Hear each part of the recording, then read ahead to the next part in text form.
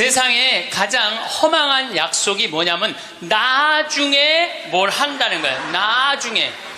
나중에. 제가 여러분들한테 강의 때 이렇게 말씀드렸어요. 여러분들, 여행은 가슴이 떨릴 때 가야지 다리가 떨릴 때 가면 안 됩니다. 기억나세요? 그런데 대개 한 50에서 60 되신 분들이 이때 여행을 가고 싶어. 말대로 여행을 가고 싶은데 지금 애도 교육도 시켜야 되고 결혼도 시켜야 돼. 그러니까 신부님, 나중에 간다고.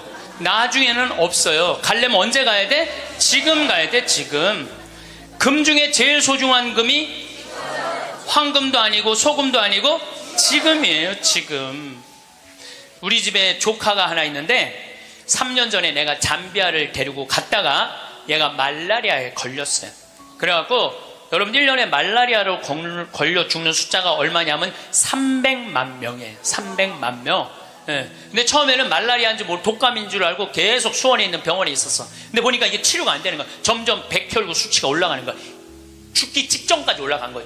너무너무 놀래갖고 내가 여기 서울 국립의료원에 입원을 시켜놓고 마침 서울대병원에 내가 강의를 나가니까 전화해갖고 최고로 좋은 감염내과 의사 찾아서 우리 조카 좀 내가 조카 하나 작게 생긴 거 아니에요. 지금 아프리카 데리고 가서 조카 좀 살려. 그리고 내가 그날 내 평생에 그렇게 간절하게 기도한 적이 없어. 하느님, 우리 조카만 살려주면 내가 열심히 살겠습니다. 딴 생각 안 하고 내가 열심히 기도했어요. 조카가 살아났어요. 기적같이 살아났어요. 정말 죽으려고 그러는 애가 살아났어요. 근데 얘가 그 말라리아 걸리기 전에는 화학과를 다녔어요. 근데 별로 행복해 보이지 않더라고. 애가 화학과를 다녔던 애가. 근데 말라리아 치료되고 난 다음에 학교를 때려쳤어요. 얘가 어렸을 때 성우를 하고 싶어 했어요. 그래서 뭐 바이올린도 배우고 피아노도 배우는 아이예요, 원래는. 근데 화학과를 간 거야. 바이올린하고 피아노 배우는 애가, 성우하고 싶은 애가 화학과를 가니 얼마나 한심해요. 그랬더니 나한테 그러는 거야. 삼촌, 내가 학교 때려쳤어. 그래서 왜? 그랬더니 내가 죽음 직전까지 가보니까 내가 좋아하는 걸 하다가 죽는 게 자기가 옳게 사는 거라는 생각이 들더래요. 그래서 얘가 공부를 해갖고 뮤지컬 학과를 들어갔어요. 뮤지컬 학과를 들어가고 아니 가자마자 장학금을 받고 다니는 거야. 화학과 다닐 땐 장학금 하나도 받지 못했던 애가 자기가 좋아하는 걸 하면은 되는 거예요. 뭐 청음은 만점이래요. 이번 축일 때 얘가 우리 생태마을에 와갖고 저 삼촌 때문에 내가 인생이 바뀌었다 그러면서 노래를 하는데요. 정말로 웬만한 기성 그 뮤지컬 가수보다도 정말 잘한다고는 좀 문제가 있겠지만 절대 노래를 기가 막히게 잘하더라고. 얘가 노래를 얼마나 잘하는지 얘가 나하고 목소리가 똑같아.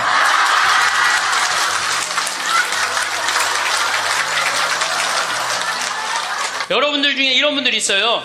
아, 오늘 정말로 갈비가 먹고 싶다. 내가 아들을 셋을 키워놨는데 큰아들이 사줄래나 둘째 아들이 사줄래나 막내 아들이 사줄래나 이렇게 생각하는 분은 바보 중에 상바보예요. 왜냐하면은 아니 아들이 무당이야? 막 일하다가 엄마가 지금 갈비 먹고 싶어 하네? 오늘 가서 사드려야 되겠다. 이런 자식 있어요, 없어요?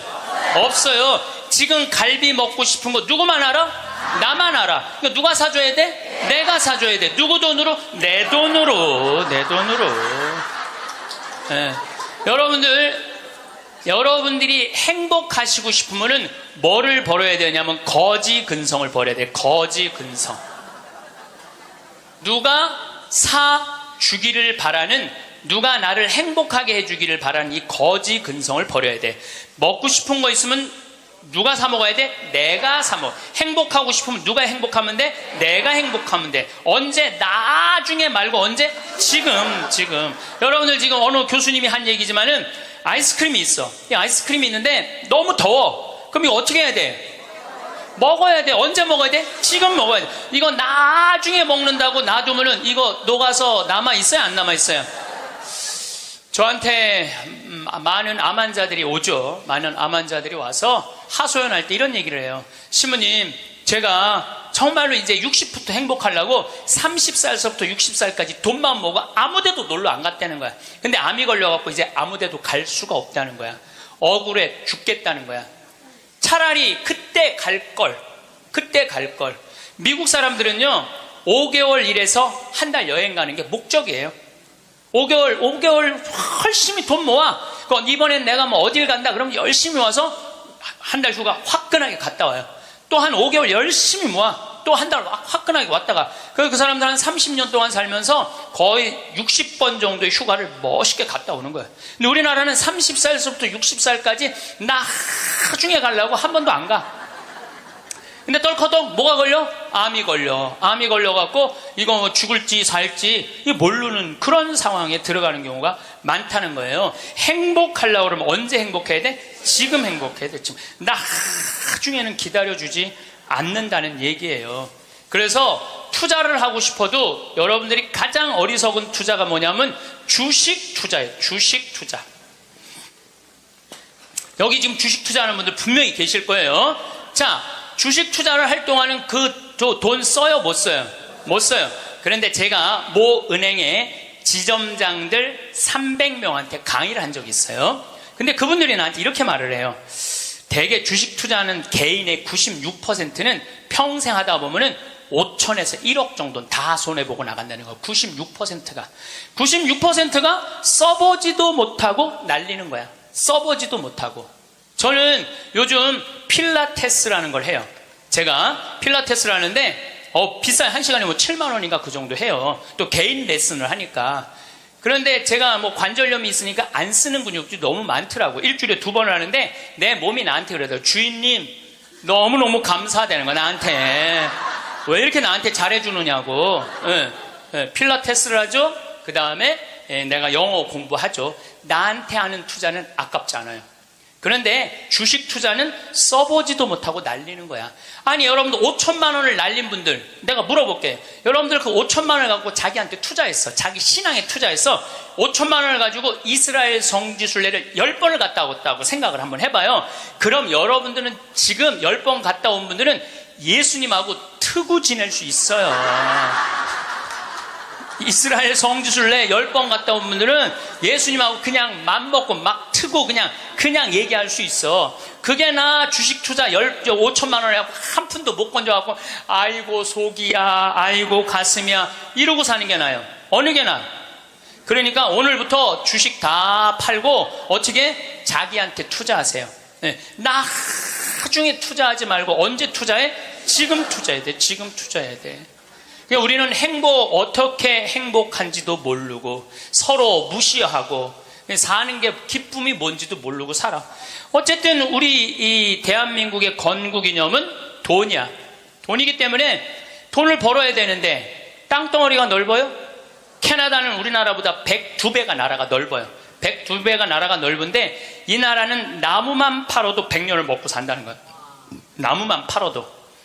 사우디아라비아는 석유만 팔아도 국민소득이 7만 달러야. 아무것도 안 해도. 근데 우리나라는 아무것도 없어. 땅도 안 넓고 자원도 없고. 그러니까 우리는 돈을 벌으려면 어떻게 해야 돼? 오로지 믿을 건 뭐 하나밖에 없어? 머리밖에 없어. 그러니까 우리는 돈을 벌으려면 뭐를 해야 되냐면 공부를 해야 돼. 공부. 엄마들이 이렇게 얘기를 합니다. 너 공부해서 훌륭한 사람 돼야 돼. 너 공부해서 너의 재능을 개발해야 돼. 이렇게 말하는 엄마가 없어요.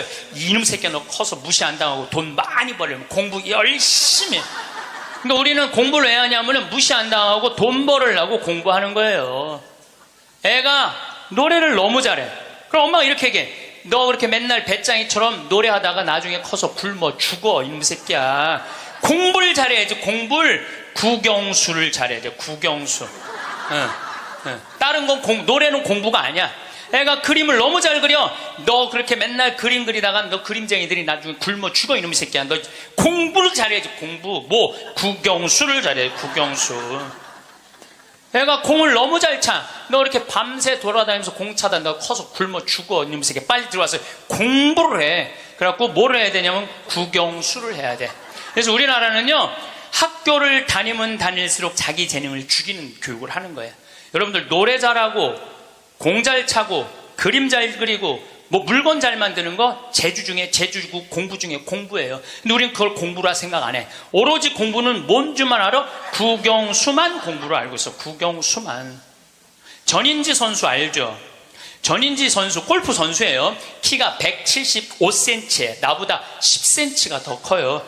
나는 원래 167cm였는데 줄었어. 2cm가 줄었어. 나보다 어쨌든 10cm가 더 커요. 지금 현실적으로는. 그런데 이 전인지 선수가 올해 US 오픈, 일본 오픈, 한국 오픈, 또 한국에서는 5승을 했어요. 그래갖고 올해 21살짜리가 벌은 돈이 20억이 넘어요. 한 해만.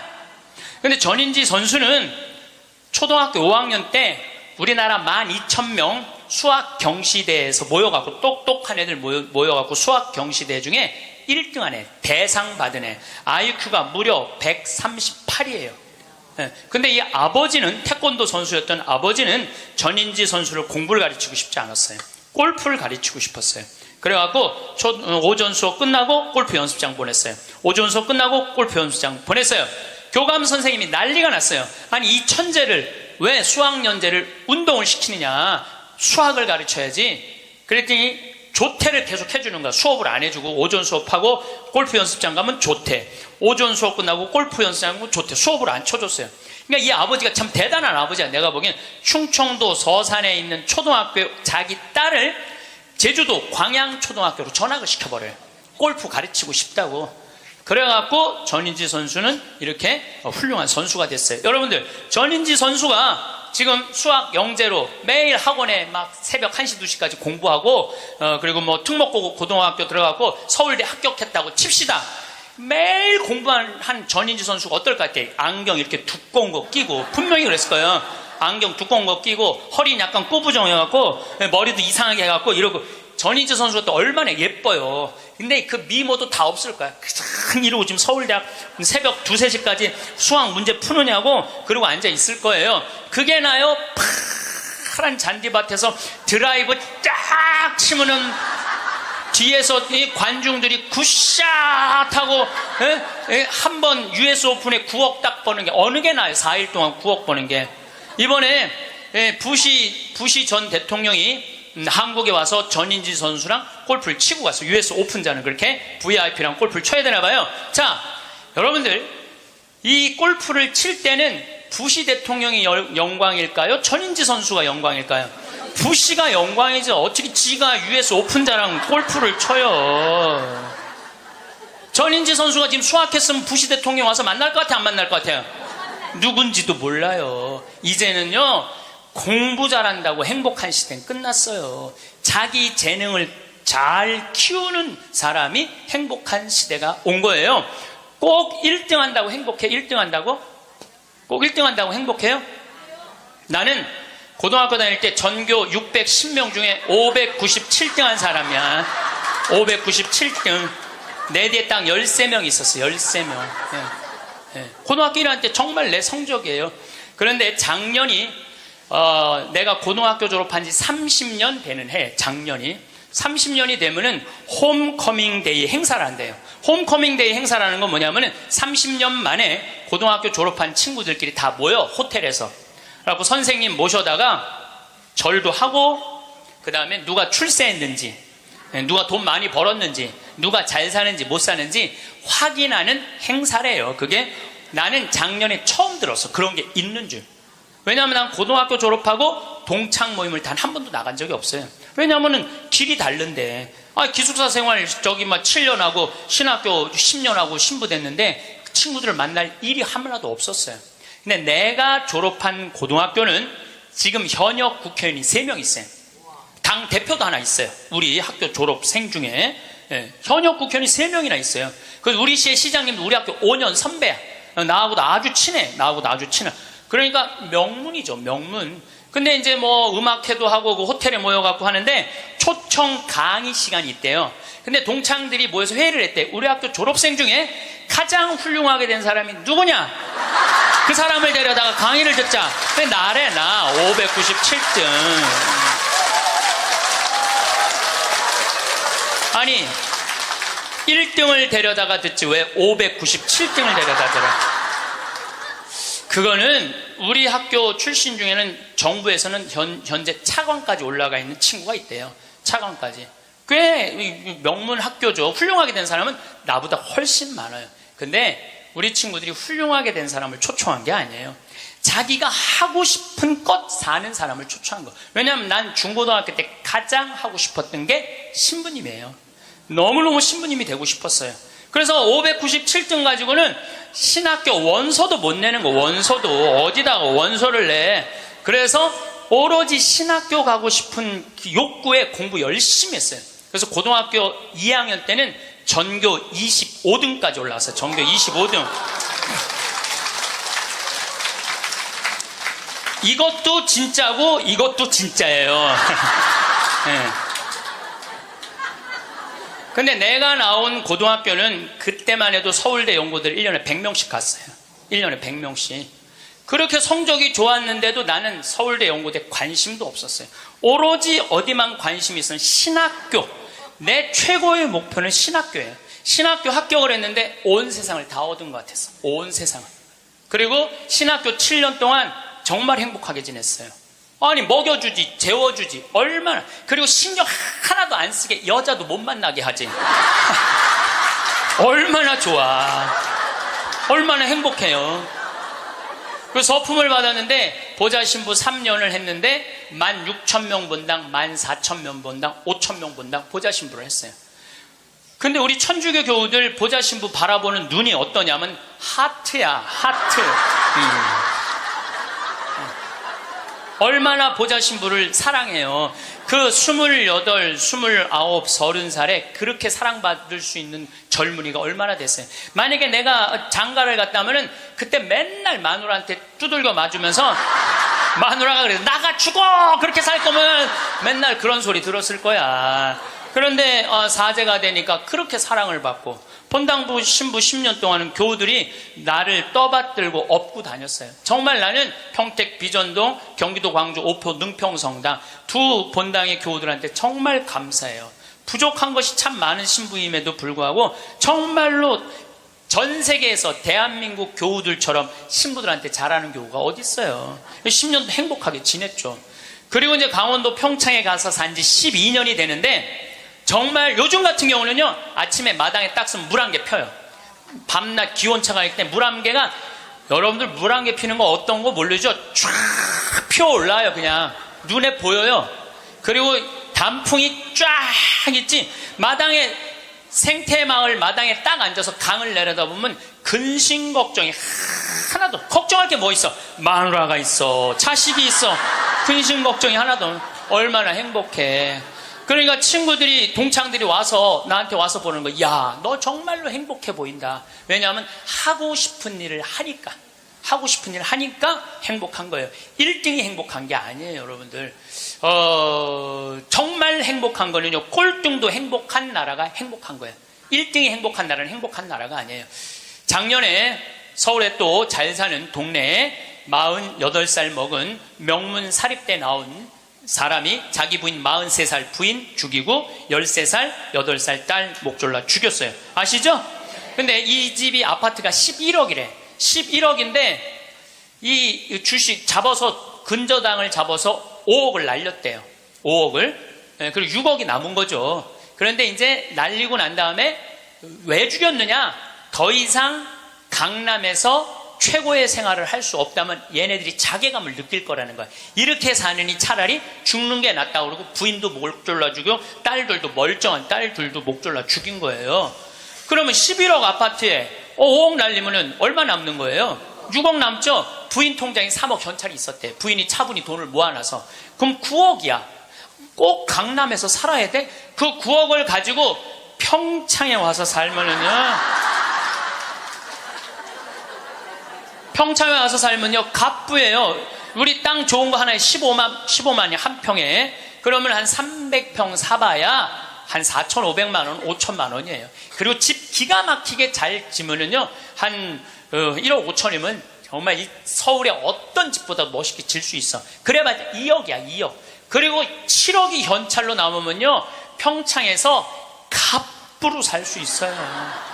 근데 우리는요 1등에만 목을 매기 때문에 내려앉는 걸 할 줄 모르는 거예요. 내려앉는 걸 할 줄 모르는 거예요. 여기 있는 분들도 가만히 있어요. 난 망했어. 그리고 가만히 정신 차려보면 그래도 건질 게 많거든. 그런 거 정리해갖고 평창에 오면 다 되는 건데 여기서 살라고 그러니까 힘든 거예요. 여기서 살라고 그러니까. 그러니까 1등병을 고쳐야 돼요. 1등병을. 자기가 하고 싶은 거 하고 사는 게 제일 좋은 거예요.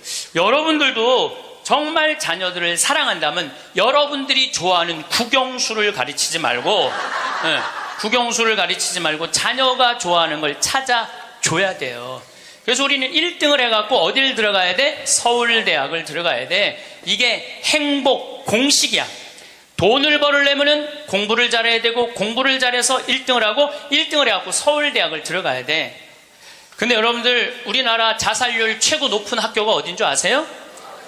아니에요. 카이스트예요. 카이스트 아이들이 요 3년인가 4년 만에 9명이 자살을 했어요. 9명이 자살을 했어요. 공부 잘한다고 행복한 거 아니에요. 공부 잘한다고 하고 싶은 일을 하는 게 행복한 거예요. 서울대학을 들어가야지 행복하고 인생에 성공했다는 이 대한민국 사람들의 머리를 뜯어 고쳐야 된다는 거예요. 대한민국 엄마들은 임신을 하면은 내 뱃속에 생명이 들어왔다는 생각 안 한다니까. 임신을 하는 순간 내 뱃속에 서울대학 C가 들어왔다. C. 이 사람으로 안 보여. C로 보여. C로. 그래갖고 그냥 글자 대한민국 대통령 뭐 박근혜 이런 거 써서 읽어주잖아요. 근데 요즘 젊은 엄마들은 내가 요즘 또 알아보니까 한글만 안 가르친대요. 아침에 일어나고 애한테 한다는 소리가 Good morning my baby How are you today? 만 영어로 하니 영어로 정신이 나간 거죠. 그리고 엄마의 태를 10달 만에 열고 나왔어. 세상에 얼마나 멋있어요. 하늘도 예쁘고 단풍도 예쁘고 구름도 예쁘고. 그러고 베란다 창문을 통해서 구경 좀 하려고 그랬더니 마음 급한 엄마가 너 지금 그거 볼 시간이 어디 있어? 1살짜리한테 한쪽 창문에 가나다라 마바 차타카타 붙여놓고 반대쪽 창문에는 ABCD 붙여놓고 누워서 모빌이 돌아가는데 기억, 리을, 디귿, 리을이 돌아가는 거예요.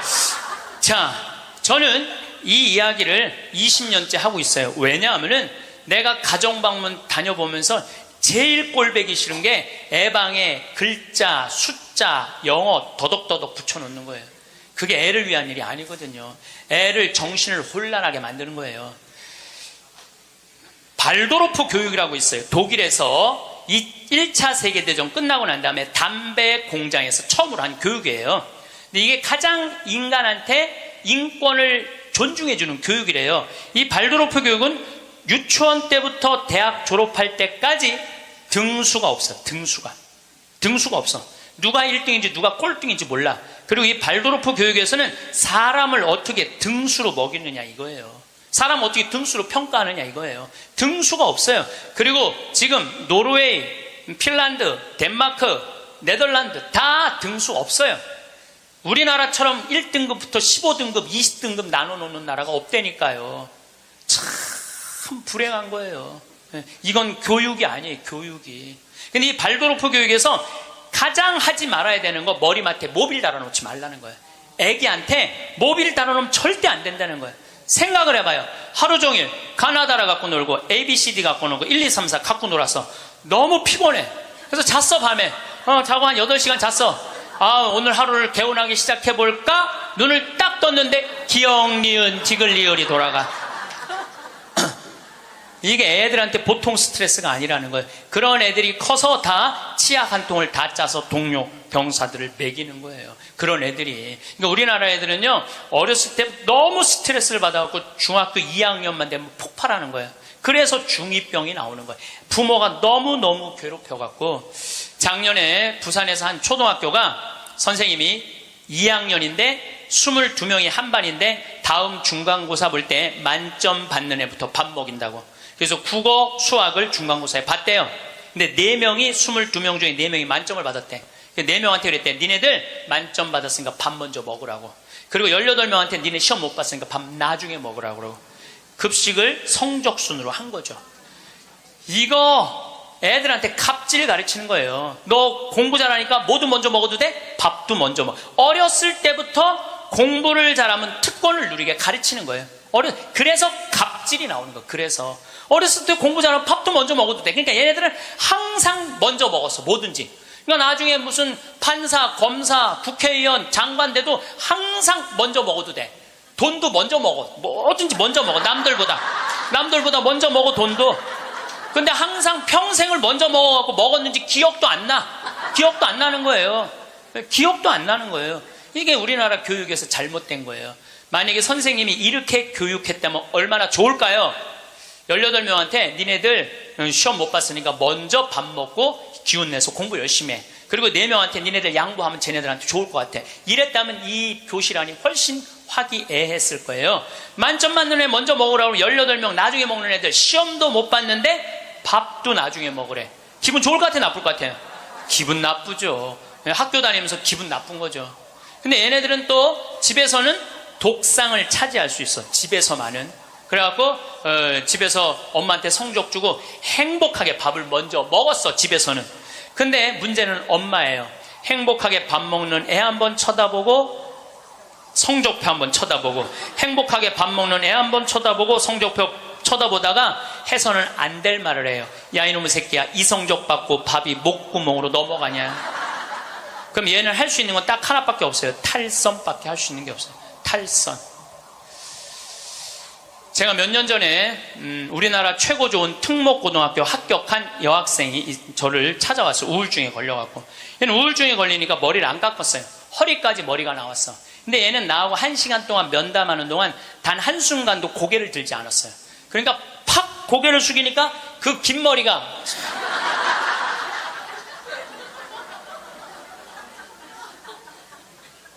나는 걔 얼굴을 1시간 동안 못 봤어요.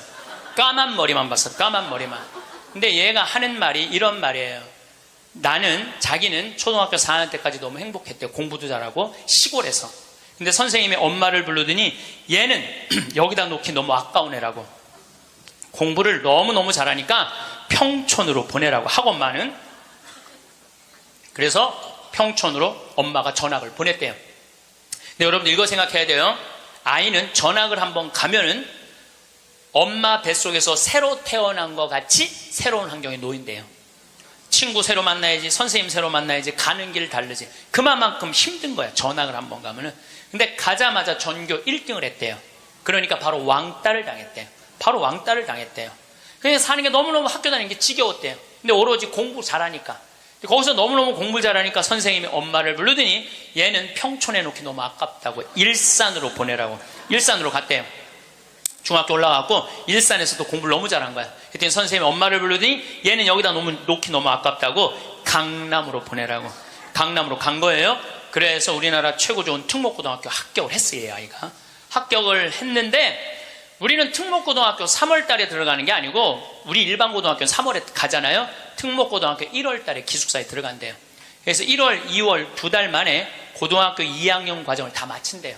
워낙 똑똑한 애들이니까. 그러니까 걔네들이 다 예일대, 하버드대, 서울대 2학년 때 다 가는 거예요. 3학년 때까지 안 가. 2학년 때 다 가는 거야. 선행학습 하니까.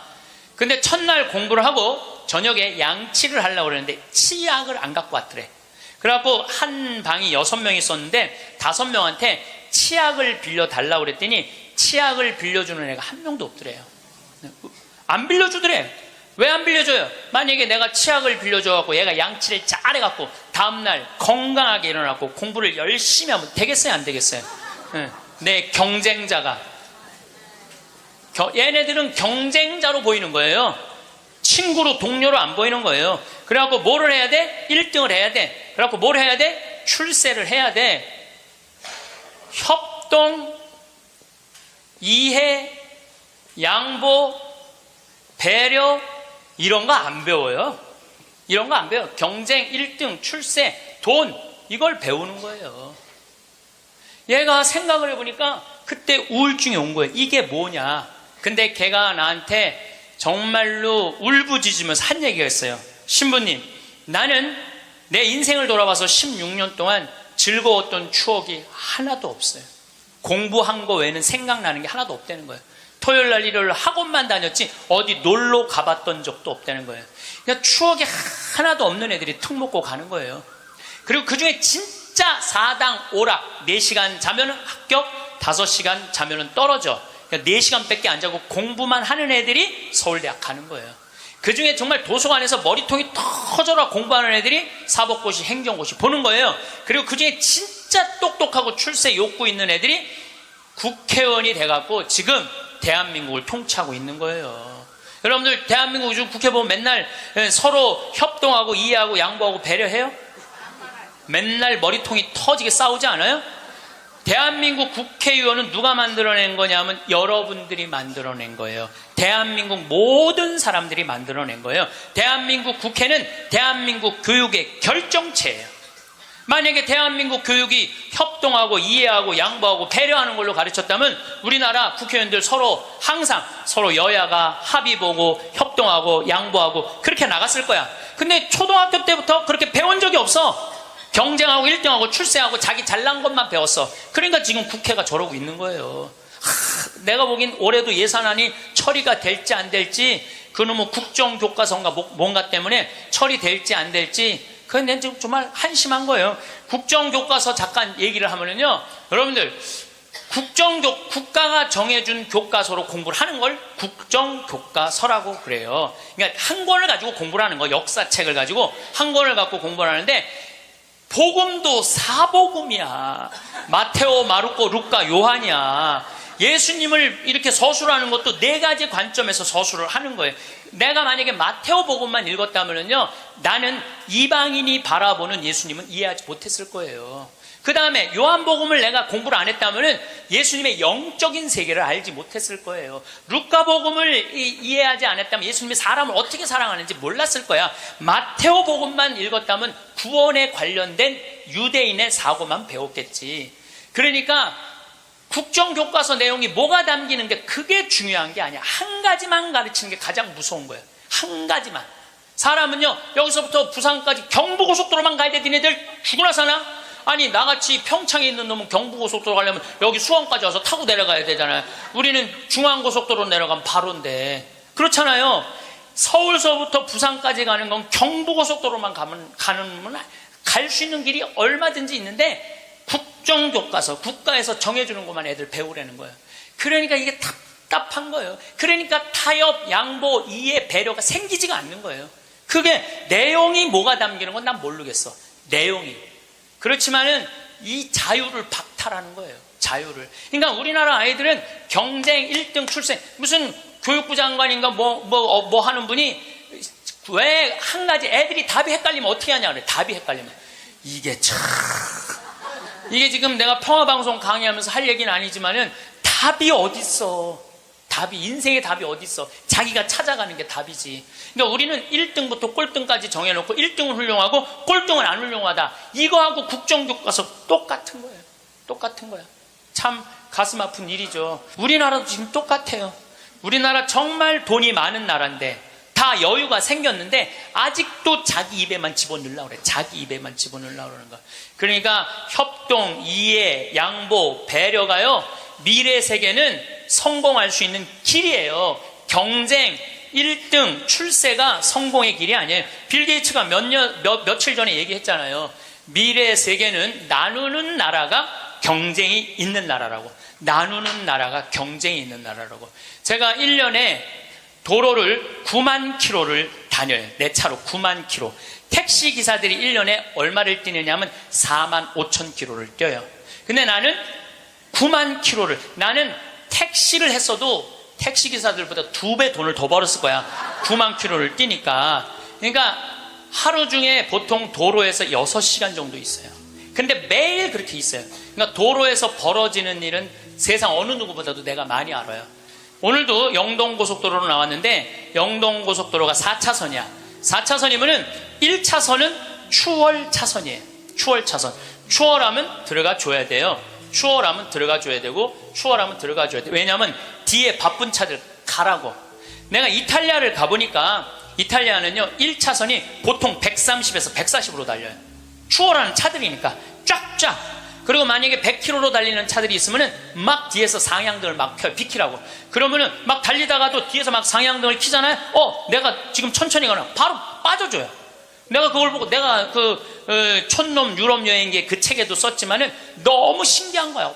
그냥 쉑쉑 가는 거예요. 그리고 바로바로 비켜주고 너무 신기하더라고요. 근데 우리나라는요 1차선에서 시속 95km로 앞에는 3km가 뻥 뚫려 있어. 그래도 단 한 번도 차선 안 바꿔요. 자기 때문에 뒤에 1km가 꽉 막혀 있는데도 한 번도 차선 안 바꿔요. 오로지 1차선으로만 가. 왜 그런 줄 알아? 우리는 1등에 한이 맺혀갖고 도로도 1차선으로 1등에 한이 맺혀 도로도 1차선으로 가야 돼. 우리는 예. 4차선으로 가면은 내가 꼴등하는 기분이 들어요. 4차선. 그래서 여러분들 한번 보세요. 우리나라 이제 4차선 도로를 가보시면은요, 4차선이 텅텅 비일 때가 대부분이에요. 1차선은 꽉 차도. 죽으나 사나 1차선이야.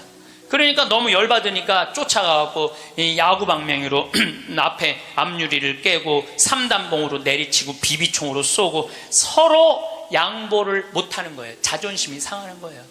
아니 자기가 좀 늦으면 2차선으로 가든 3차선으로 가든 4차선으로 가는데 우리는 이게 안 되는 거예요. 지난 1월 달에 제가 괌에 강의를 갔어요. 괌에 강의를 갔는데 저녁에 나하고 같이 간 신부님이 시내 구경 나가자고 그래서 나갔어요.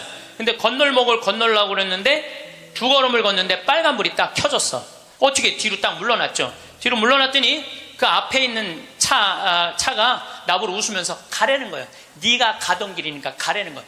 뒷차들이 쫙 서 있는데 나는 빨간불이고 자기는 파란불인데 나보고 가라는 거야. 항상 선진국에 가보면은요, 누가 우선이냐면 사람이 우선이에요. 사람이 건너겠다면 차는 자기가 파란불이라도 서요. 그리고 신호 없는 데는 당연히 자기가 알아서 서요. 내가 또 보고 배운 게 많으니까 난 기사가 있으니까 보통 70 먹은 아줌마가 길을 건너려고 그러면 뒤로 돌아다 보잖아. 2차선에서 두 개 차선 여기만 이면 도로 주택가에. 그럼 내가 그래요. 저분 길 건너려고 그런다. 서라. 1년 동안 그냥 가는 거예요. 핸대는 소리가 차 조심해야지 왜 내가 조심하느냐고.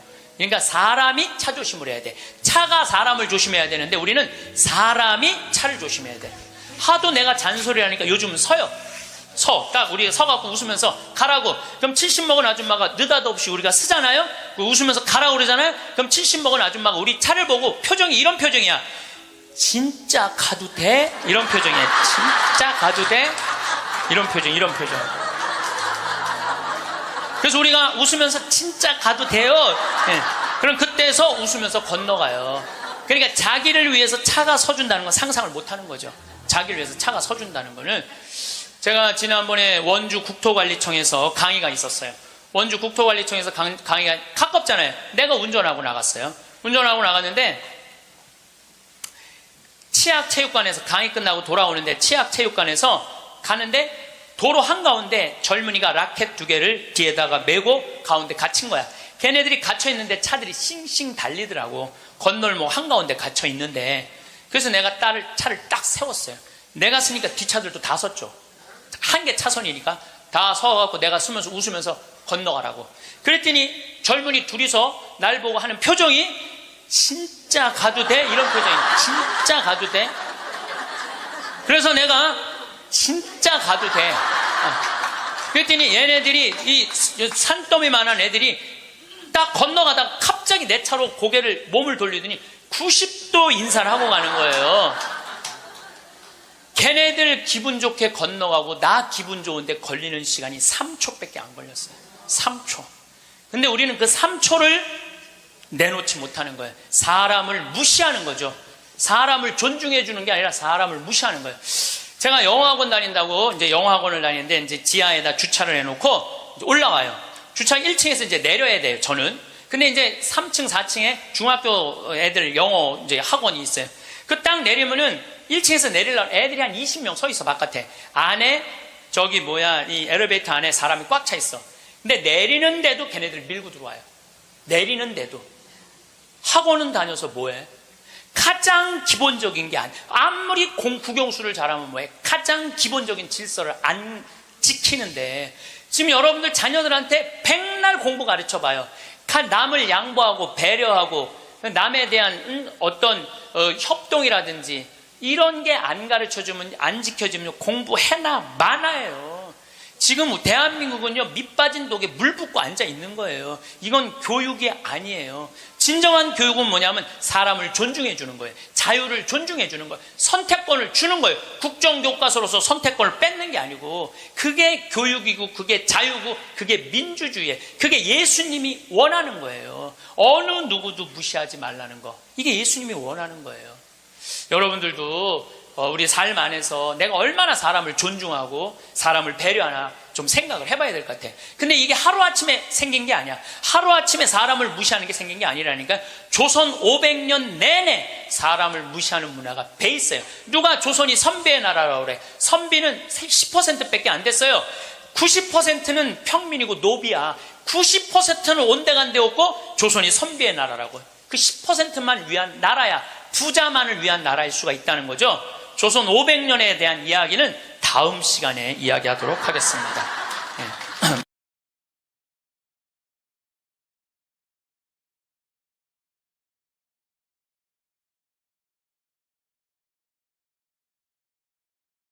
여러분들 중에 이런 분들이 있어요.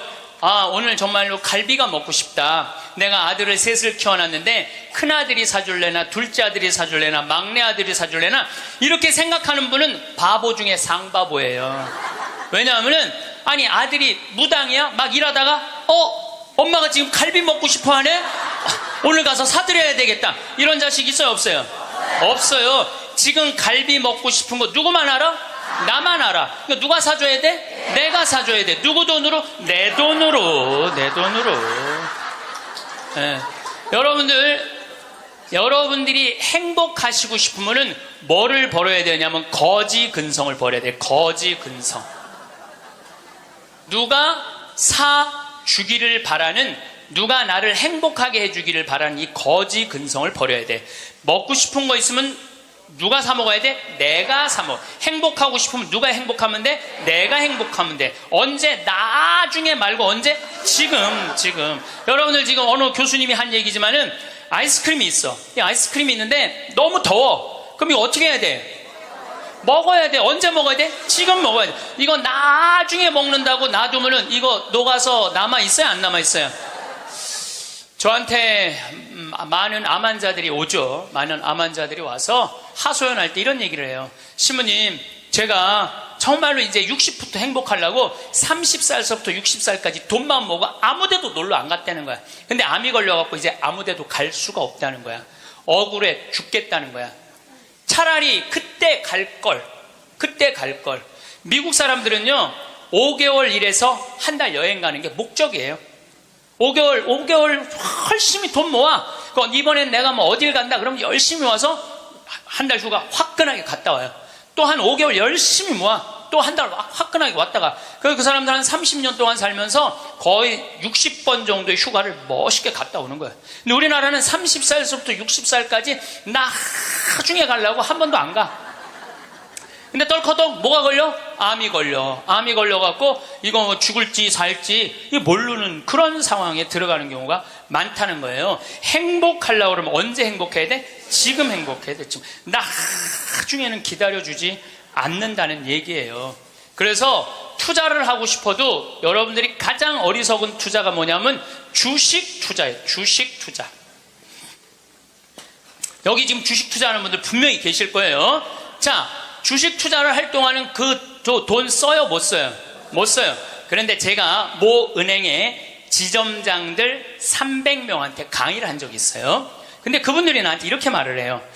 대개 주식 투자하는 개인의 96%는 평생 하다 보면은 5천에서 1억 정도는 다 손해보고 나간다는 거예요. 96%가 써보지도 못하고 날리는 거야. 써보지도 못하고.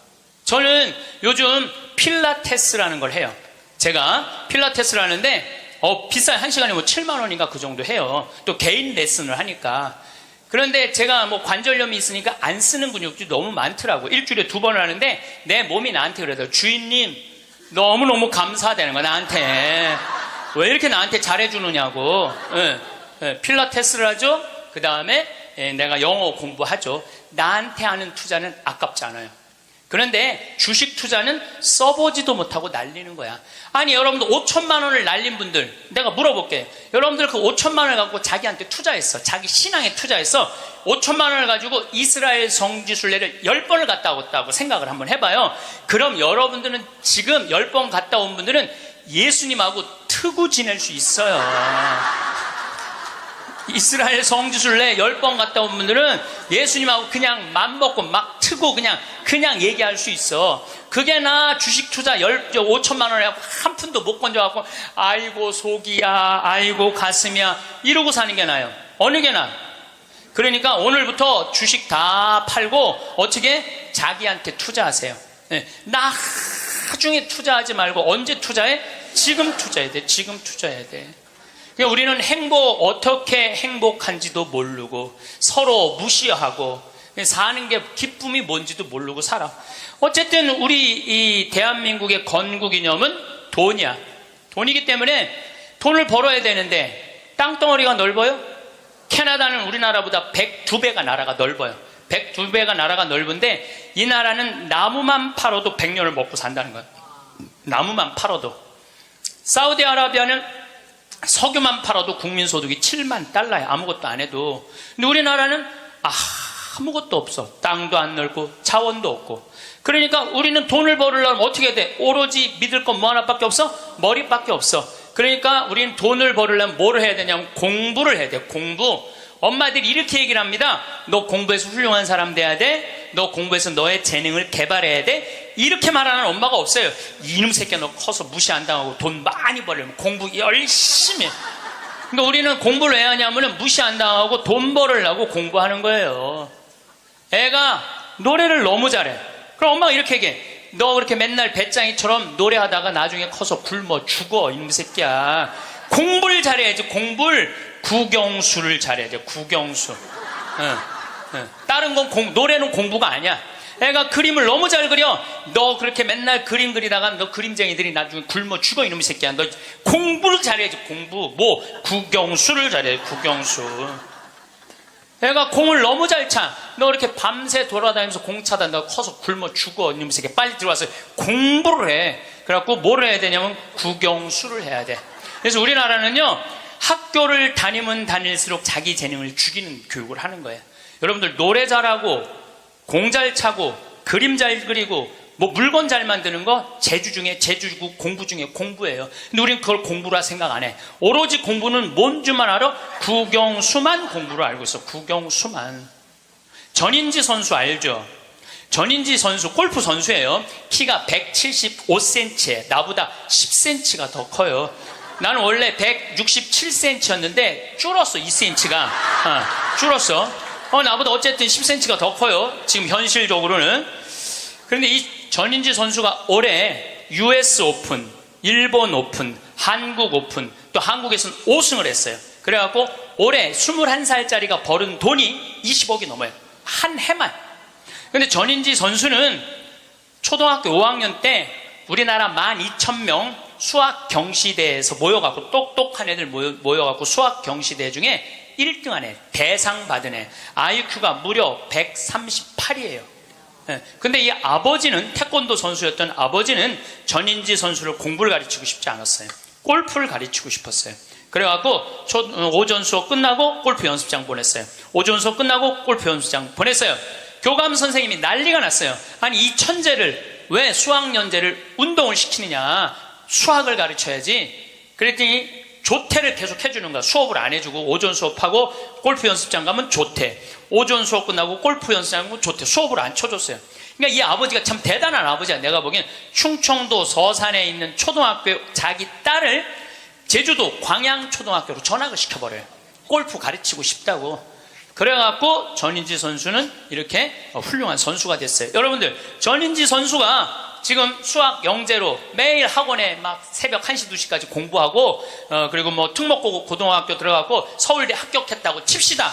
매일 공부한 전인지 선수가 어떨 것 같아요? 안경 이렇게 두꺼운 거 끼고 분명히 그랬을 거예요. 안경 두꺼운 거 끼고 허리는 약간 꼬부정해갖고 머리도 이상하게 해갖고 이러고. 전인지 선수가 또 얼마나 예뻐요. 근데 그 미모도 다 없을 거야. 그냥 이러고 지금 서울대학 새벽 2, 3시까지 수학 문제 푸느냐고 그러고 앉아 있을 거예요. 그게 나요? 파란 잔디밭에서 드라이브 딱 치면은 뒤에서 이 관중들이 굿샷 하고 한 번 US 오픈에 9억 딱 버는 게 어느 게 나요? 4일 동안 9억 버는 게. 이번에 부시 전 대통령이 한국에 와서 전인지 선수랑 골프를 치고 갔어. US 오픈자는 그렇게 VIP랑 골프를 쳐야 되나 봐요. 자, 여러분들 이 골프를 칠 때는 부시 대통령이 영광일까요? 전인지 선수가 영광일까요? 부시가 영광이죠. 어떻게 지가 US 오픈자랑 골프를 쳐요. 전인지 선수가 지금 수학했으면 부시 대통령 와서 만날 것 같아요? 안 만날 것 같아요?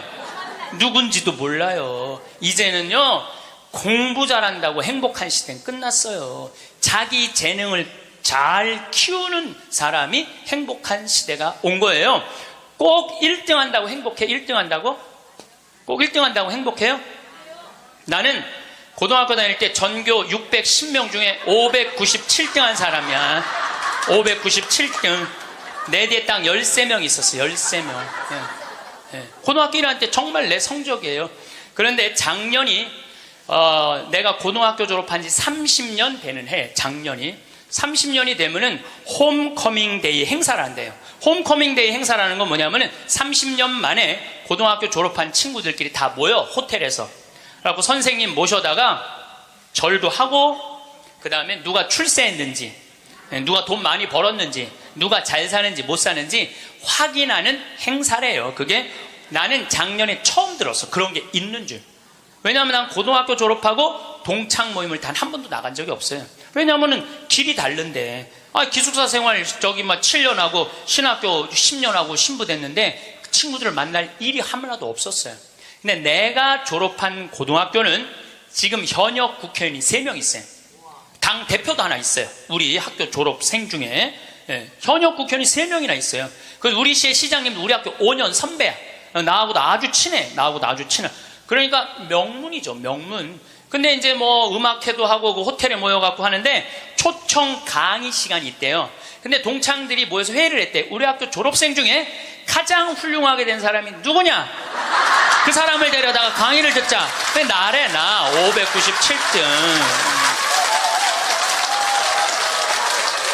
아니 1등을 데려다가 듣지 왜 597등을 데려다 들어? 그거는 우리 학교 출신 중에는 정부에서는 현재 차관까지 올라가 있는 친구가 있대요. 차관까지. 꽤 명문 학교죠. 훌륭하게 된 사람은 나보다 훨씬 많아요. 근데 우리 친구들이 훌륭하게 된 사람을 초청한 게 아니에요. 자기가 하고 싶은 것 사는 사람을 초청한 거. 왜냐하면 난 중고등학교 때 가장 하고 싶었던 게 신부님이에요. 너무너무 신부님이 되고 싶었어요. 그래서 597등 가지고는 신학교 원서도 못 내는 거. 원서도 어디다가 원서를 내. 그래서 오로지 신학교 가고 싶은 그 욕구에 공부 열심히 했어요. 그래서 고등학교 2학년 때는 전교 25등까지 올라왔어요. 전교 25등. 이것도 진짜고 이것도 진짜예요. 네. 근데 내가 나온 고등학교는 그때만 해도 서울대 연고들 1년에 100명씩 갔어요. 1년에 100명씩. 그렇게 성적이 좋았는데도 나는 서울대 연고대 관심도 없었어요. 오로지 어디만 관심이 있으면 신학교. 내 최고의 목표는 신학교예요. 신학교 합격을 했는데 온 세상을 다 얻은 것 같았어. 온 세상을. 그리고 신학교 7년 동안 정말 행복하게 지냈어요. 아니 먹여주지, 재워주지, 얼마나. 그리고 신경 하나도 안 쓰게 여자도 못 만나게 하지. 얼마나 좋아. 얼마나 행복해요. 그 서품을 받았는데 보좌 신부 3년을 했는데 16,000명 본당, 14,000명 본당, 5,000명 본당 보좌 신부를 했어요. 근데 우리 천주교 교우들 보좌 신부 바라보는 눈이 어떠냐면 하트야, 하트.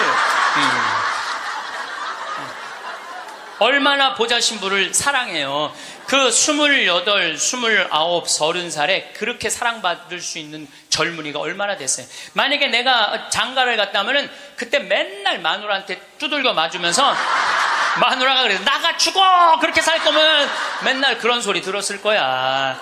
그런데 사제가 되니까 그렇게 사랑을 받고 본당부 신부 10년 동안은 교우들이 나를 떠받들고 업고 다녔어요. 정말 나는 평택 비전동, 경기도 광주 오포 능평성당 두 본당의 교우들한테 정말 감사해요. 부족한 것이 참 많은 신부임에도 불구하고 정말로 전 세계에서 대한민국 교우들처럼 신부들한테 잘하는 교우가 어디 있어요. 10년도 행복하게 지냈죠. 그리고 이제 강원도 평창에 가서 산 지 12년이 되는데 정말 요즘 같은 경우는요, 아침에 마당에 딱 서면 물 한 개 펴요.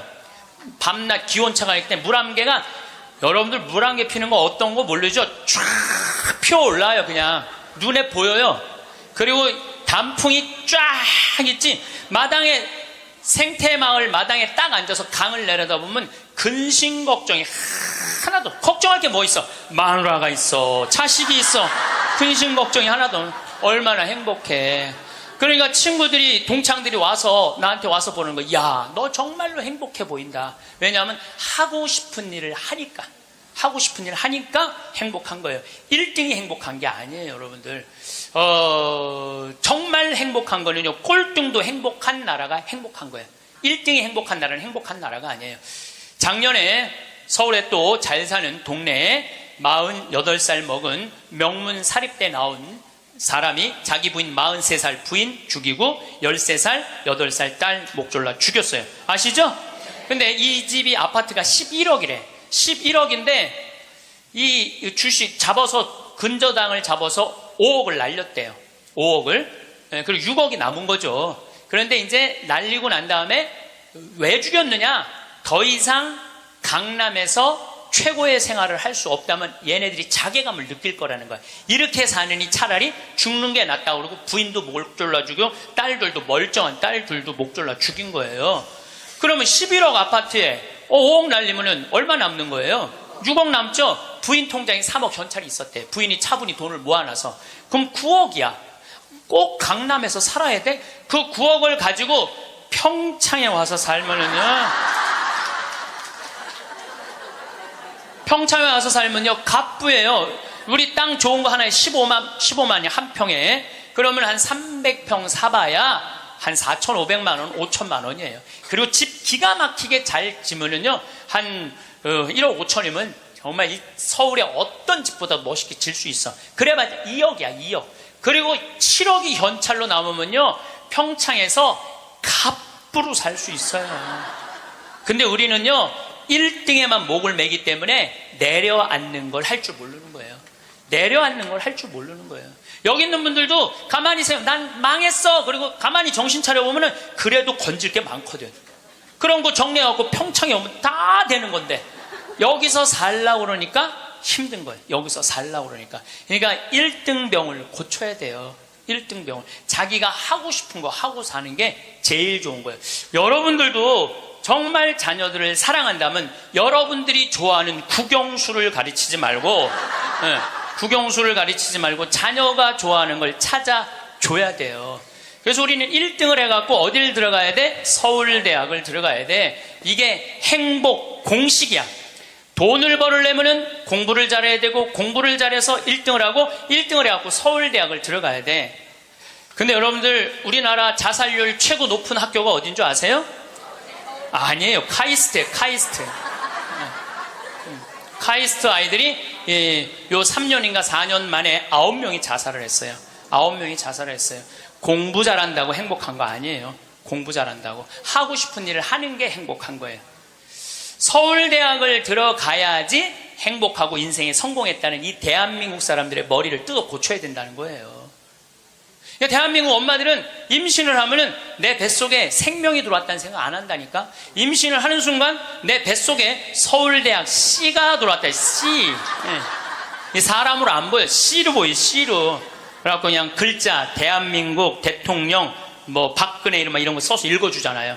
근데 요즘 젊은 엄마들은 내가 요즘 또 알아보니까 한글만 안 가르친대요. 아침에 일어나고 애한테 한다는 소리가 Good morning my baby, how are you today? 만 영어로 하니 영어로. 정신이 나간 거죠. 그리고 엄마의 태를 10달 만에 열고 나왔어. 세상에 얼마나 멋있어요. 하늘도 예쁘고 단풍도 예쁘고 구름도 예쁘고. 그러고 베란다 창문을 통해서 구경 좀 하려고 그랬더니 마음 급한 엄마가 너 지금 그거 볼 시간이 어디 있어? 1살짜리한테 한쪽 창문에 가나다라 마바 차타카타 붙여놓고 반대쪽 창문에는 A, B, C, D 붙여놓고 누워서 모빌이 돌아가는데 기억, 리을, 디귿, 리을이 돌아가는 거예요. 자, 저는 이 이야기를 20년째 하고 있어요. 왜냐하면은 내가 가정방문 다녀보면서 제일 꼴배기 싫은 게 애방에 글자, 숫자, 영어 더덕더덕 붙여놓는 거예요. 그게 애를 위한 일이 아니거든요. 애를 정신을 혼란하게 만드는 거예요. 발도르프 교육이라고 있어요. 독일에서 1차 세계대전 끝나고 난 다음에 담배 공장에서 처음으로 한 교육이에요. 근데 이게 가장 인간한테 인권을 존중해주는 교육이래요. 이 발도르프 교육은 유치원 때부터 대학 졸업할 때까지 등수가 없어. 등수가 없어. 누가 1등인지 누가 꼴등인지 몰라. 그리고 이 발도르프 교육에서는 사람을 어떻게 등수로 먹이느냐 이거예요. 사람 어떻게 등수로 평가하느냐 이거예요. 등수가 없어요. 그리고 지금 노르웨이, 핀란드, 덴마크, 네덜란드 다 등수 없어요. 우리나라처럼 1등급부터 15등급, 20등급 나눠놓는 나라가 없다니까요. 참 불행한 거예요. 이건 교육이 아니에요. 교육이. 근데 이 발도르프 교육에서 가장 하지 말아야 되는 거, 머리맡에 모빌 달아놓지 말라는 거예요. 애기한테 모빌 달아놓으면 절대 안 된다는 거예요. 생각을 해봐요. 하루 종일 가나다라 갖고 놀고 ABCD 갖고 놀고 1, 2, 3, 4 갖고 놀아서 너무 피곤해. 그래서 잤어. 밤에 자고 한 8시간 잤어. 오늘 하루를 개운하게 시작해볼까? 눈을 딱 떴는데 기역, 니은, 디귿, 리을이 돌아가.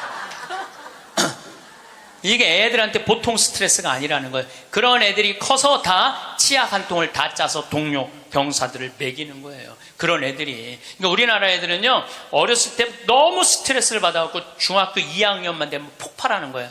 그래서 중2병이 나오는 거예요. 부모가 너무너무 괴롭혀갖고.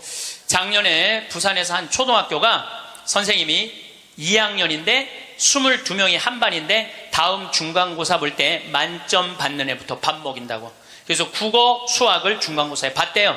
근데 4명이 22명 중에 4명이 만점을 받았대. 4명한테 그랬대. 니네들 만점 받았으니까 밥 먼저 먹으라고. 그리고 18명한테 니네 시험 못 봤으니까 밥 나중에 먹으라고. 급식을 성적순으로 한 거죠. 이거 애들한테 갑질 가르치는 거예요. 너 공부 잘하니까 뭐도 먼저 먹어도 돼? 밥도 먼저 먹어. 어렸을 때부터 공부를 잘하면 특권을 누리게 가르치는 거예요. 그래서 갑질이 나오는 거예요. 그래서 어렸을 때 공부 잘하면 밥도 먼저 먹어도 돼. 그러니까 얘네들은 항상 먼저 먹었어. 뭐든지. 그러니까 나중에 무슨 판사, 검사, 국회의원, 장관 돼도 항상 먼저 먹어도 돼. 돈도 먼저 먹어. 뭐든지 먼저 먹어. 남들보다 먼저 먹어. 돈도. 근데 항상 평생을 먼저 먹어갖고 먹었는지 기억도 안 나는 거예요. 기억도 안 나는 거예요. 이게 우리나라 교육에서 잘못된 거예요. 만약에 선생님이 이렇게 교육했다면 얼마나 좋을까요? 18명한테 니네들 시험 못 봤으니까 먼저 밥 먹고 기운 내서 공부 열심히 해. 그리고 4명한테 니네들 양보하면 쟤네들한테 좋을 것 같아. 이랬다면 이 교실 안이 훨씬 화기애애했을 거예요. 만점 맞는 애 먼저 먹으라고 18명 나중에 먹는 애들 시험도 못 봤는데 밥도 나중에 먹으래. 기분 좋을 것 같아, 나쁠 것 같아요? 기분 나쁘죠. 학교 다니면서 기분 나쁜 거죠. 근데 얘네들은 또 집에서는 독상을 차지할 수 있어. 집에서만은. 그래갖고 집에서 엄마한테 성적 주고 행복하게 밥을 먼저 먹었어. 집에서는. 근데 문제는 엄마예요. 행복하게 밥 먹는 애 한번 쳐다보고 성적표 한번 쳐다보고, 행복하게 밥 먹는 애 한번 쳐다보고 성적표 쳐다보다가 해서는 안 될 말을 해요. 야, 이놈의 새끼야, 이 성적 받고 밥이 목구멍으로 넘어가냐. 그럼 얘는 할 수 있는 건 딱 하나밖에 없어요. 탈선밖에 할 수 있는 게 없어요. 탈선. 제가 몇 년 전에 우리나라 최고 좋은 특목고등학교 합격한 여학생이 저를 찾아왔어요. 우울증에 걸려갖고. 얘는 우울증에 걸리니까 머리를 안 깎았어요. 허리까지 머리가 나왔어. 근데 얘는 나하고 1시간 동안 면담하는 동안 단 한순간도 고개를 들지 않았어요. 그러니까 팍 고개를 숙이니까 그 긴 머리가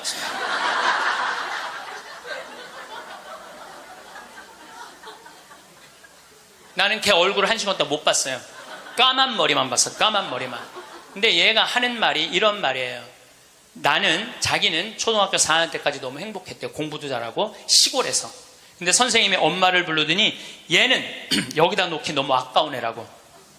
공부를 너무너무 잘하니까 평촌으로 보내라고, 학원만은. 그래서 평촌으로 엄마가 전학을 보냈대요. 근데 여러분들 이거 생각해야 돼요. 아이는 전학을 한번 가면은 엄마 뱃속에서 새로 태어난 것 같이 새로운 환경에 놓인대요.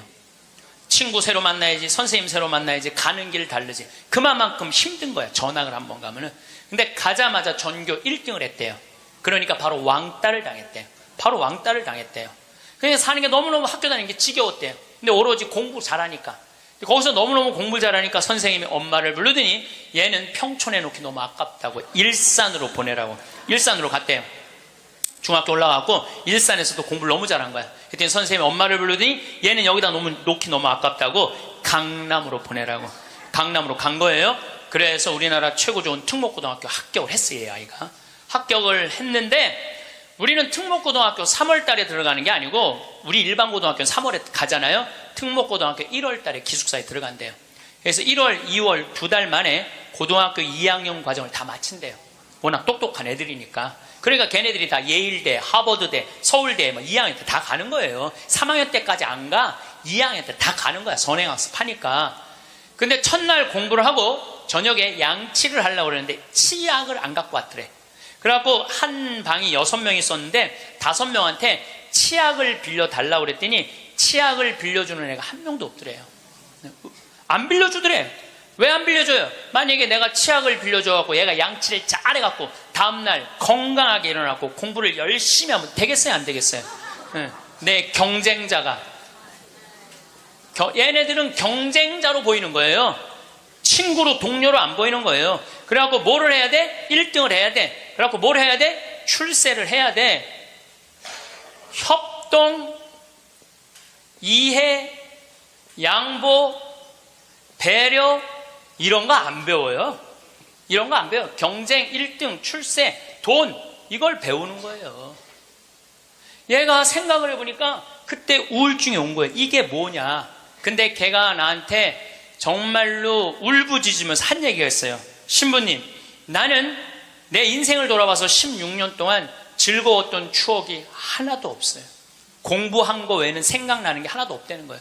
토요일 날 일요일 학원만 다녔지 어디 놀러 가봤던 적도 없다는 거예요. 그러니까 추억이 하나도 없는 애들이 특목고 가는 거예요. 그리고 그 중에 진짜 4당 오락, 4시간 자면은 합격, 5시간 자면은 떨어져. 그러니까 4시간 밖에 안 자고 공부만 하는 애들이 서울대학 가는 거예요. 그 중에 정말 도서관에서 머리통이 터져라 공부하는 애들이 사법고시, 행정고시 보는 거예요. 그리고 그 중에 진짜 똑똑하고 출세 욕구 있는 애들이 국회의원이 돼갖고 지금 대한민국을 통치하고 있는 거예요. 여러분들 대한민국 요즘 국회 보면 맨날 서로 협동하고 이해하고 양보하고 배려해요? 맨날 머리통이 터지게 싸우지 않아요? 대한민국 국회의원은 누가 만들어낸 거냐면 여러분들이 만들어낸 거예요. 대한민국 모든 사람들이 만들어낸 거예요. 대한민국 국회는 대한민국 교육의 결정체예요. 만약에 대한민국 교육이 협동하고 이해하고 양보하고 배려하는 걸로 가르쳤다면 우리나라 국회의원들 항상 서로 여야가 합의 보고 협동하고 양보하고 그렇게 나갔을 거야. 근데 초등학교 때부터 그렇게 배운 적이 없어. 경쟁하고 1등하고 출세하고 자기 잘난 것만 배웠어. 그러니까 지금 국회가 저러고 있는 거예요. 내가 보기엔 올해도 예산안이 처리가 될지 안 될지, 그놈의 국정교과서인가 뭔가 때문에 처리될지 안 될지, 그건 난 지금 정말 한심한 거예요. 국정교과서 잠깐 얘기를 하면은요, 여러분들 국가가 정해준 교과서로 공부를 하는 걸 국정교과서라고 그래요. 그러니까 한 권을 가지고 공부를 하는 거, 역사책을 가지고 한 권을 갖고 공부를 하는데, 복음도 4복음이야. 마테오, 마르코, 루카, 요한이야. 예수님을 이렇게 서술하는 것도 4가지 관점에서 서술을 하는 거예요. 내가 만약에 마테오 복음만 읽었다면요, 나는 이방인이 바라보는 예수님은 이해하지 못했을 거예요. 그 다음에 요한복음을 내가 공부를 안 했다면 예수님의 영적인 세계를 알지 못했을 거예요. 루카복음을 이해하지 않았다면 예수님이 사람을 어떻게 사랑하는지 몰랐을 거야. 마테오복음만 읽었다면 구원에 관련된 유대인의 사고만 배웠겠지. 그러니까 국정교과서 내용이 뭐가 담기는 게 그게 중요한 게 아니야. 한 가지만 가르치는 게 가장 무서운 거예요. 한 가지만. 사람은요, 여기서부터 부산까지 경부고속도로만 가야 돼. 니네들 죽으나 사나? 아니, 나같이 평창에 있는 놈은 경부고속도로 가려면 여기 수원까지 와서 타고 내려가야 되잖아요. 우리는 중앙고속도로 내려가면 바로인데. 그렇잖아요. 서울서부터 부산까지 가는 건 경부고속도로만 가는 갈 수 있는 길이 얼마든지 있는데, 국정교과서, 국가에서 정해주는 것만 애들 배우라는 거예요. 그러니까 이게 답답한 거예요. 그러니까 타협, 양보, 이해, 배려가 생기지가 않는 거예요. 그게 내용이 뭐가 담기는 건 난 모르겠어. 내용이. 그렇지만은 이 자유를 박탈하는 거예요. 자유를. 그러니까 우리나라 아이들은 경쟁 1등 출세, 무슨 교육부 장관인가 뭐 하는 분이 왜 한 가지 애들이 답이 헷갈리면 어떻게 하냐 그래. 답이 헷갈리면 이게 참 이게 지금 내가 평화방송 강의하면서 할 얘기는 아니지만은 답이 어딨어. 답이, 인생의 답이 어딨어. 자기가 찾아가는 게 답이지. 그러니까 우리는 1등부터 꼴등까지 정해놓고 1등은 훌륭하고 꼴등은 안 훌륭하다. 이거하고 국정교과서 똑같은 거예요. 똑같은 거야. 참 가슴 아픈 일이죠. 우리나라도 지금 똑같아요. 우리나라 정말 돈이 많은 나라인데 다 여유가 생겼는데 아직도 자기 입에만 집어넣으려고 그래. 자기 입에만 집어넣으려고 그러는 거야. 그러니까 협동, 이해, 양보, 배려가요, 미래 세계는 성공할 수 있는 길이에요. 경쟁, 1등, 출세가 성공의 길이 아니에요. 빌 게이츠가 며칠 전에 얘기했잖아요. 미래 세계는 나누는 나라가 경쟁이 있는 나라라고. 나누는 나라가 경쟁이 있는 나라라고. 제가 1년에 도로를 9만 킬로를 다녀요. 내 차로 9만 킬로. 택시 기사들이 1년에 얼마를 뛰느냐면 4만 5천 킬로를 뛰어요. 근데 나는 9만 킬로를, 나는 택시를 했어도 택시 기사들보다 2배 돈을 더 벌었을 거야. 9만 킬로를 뛰니까. 그러니까 하루 중에 보통 도로에서 6시간 정도 있어요. 근데 매일 그렇게 있어요. 그러니까 도로에서 벌어지는 일은 세상 어느 누구보다도 내가 많이 알아요. 오늘도 영동고속도로로 나왔는데 영동고속도로가 4차선이야. 4차선이면은 1차선은 추월차선이에요. 추월차선. 추월하면 들어가 줘야 돼요. 추월하면 들어가 줘야 되고 추월하면 들어가 줘야 돼. 왜냐하면 뒤에 바쁜 차들 가라고. 내가 이탈리아를 가보니까 이탈리아는요 1차선이 보통 130에서 140으로 달려요.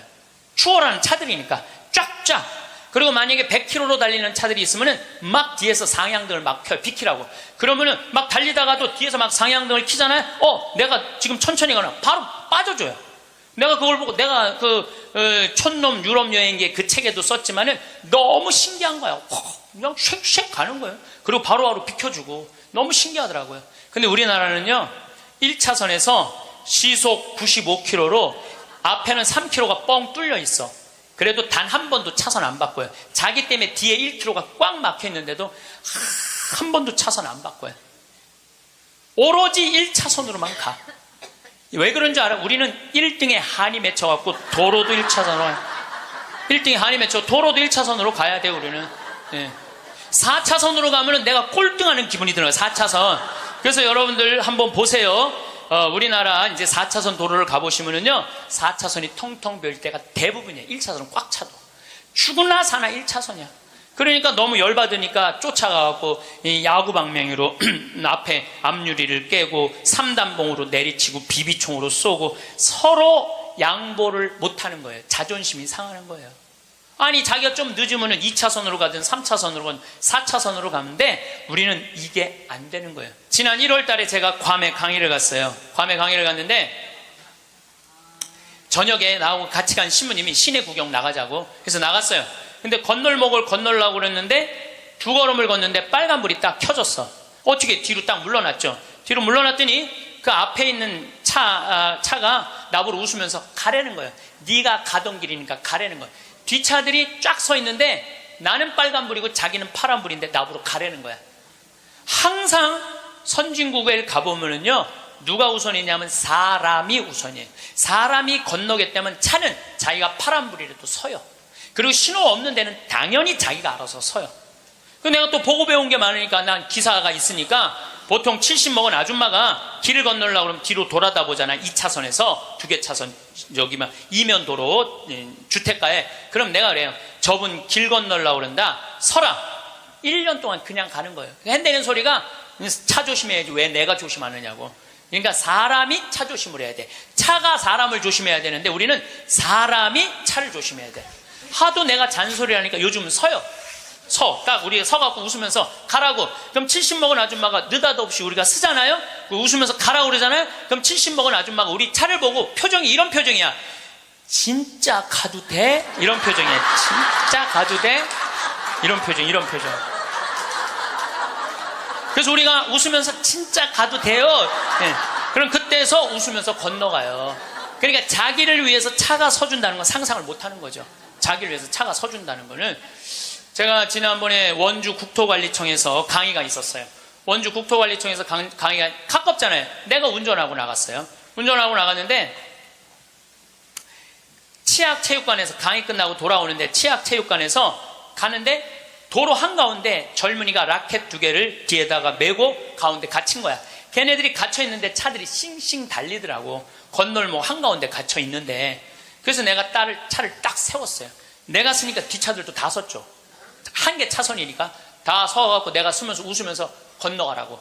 그랬더니 젊은이 둘이서 날 보고 하는 표정이 진짜 가도 돼? 이런 표정이야. 진짜 가도 돼? 그래서 내가 진짜 가도 돼. 그랬더니 얘네들이 이 산더미만한 애들이 딱 건너가다가 갑자기 내 차로 몸을 돌리더니 90도 인사를 하고 가는 거예요. 걔네들 기분 좋게 건너가고 나 기분 좋은데 걸리는 시간이 3초밖에 안 걸렸어요. 3초. 근데 우리는 그 3초를 내놓지 못하는 거예요. 사람을 무시하는 거죠. 사람을 존중해 주는 게 아니라 사람을 무시하는 거예요. 제가 영어학원 다닌다고 이제 영어학원을 다니는데 이제 지하에다 주차를 해놓고 올라가요. 주차 1층에서 이제 내려야 돼요, 저는. 근데 이제 3층, 4층에 중학교 애들 영어 이제 학원이 있어요. 그 딱 내리면은 1층에서 내리려면 애들이 한 20명 서 있어, 바깥에. 안에, 이 엘리베이터 안에 사람이 꽉 차 있어. 근데 내리는데도 걔네들 밀고 들어와요. 내리는데도. 학원은 다녀서 뭐해? 가장 기본적인 게 아무리 국영수를 잘하면 뭐해? 가장 기본적인 질서를 안 지키는데 지금 여러분들 자녀들한테 백날 공부 가르쳐봐요.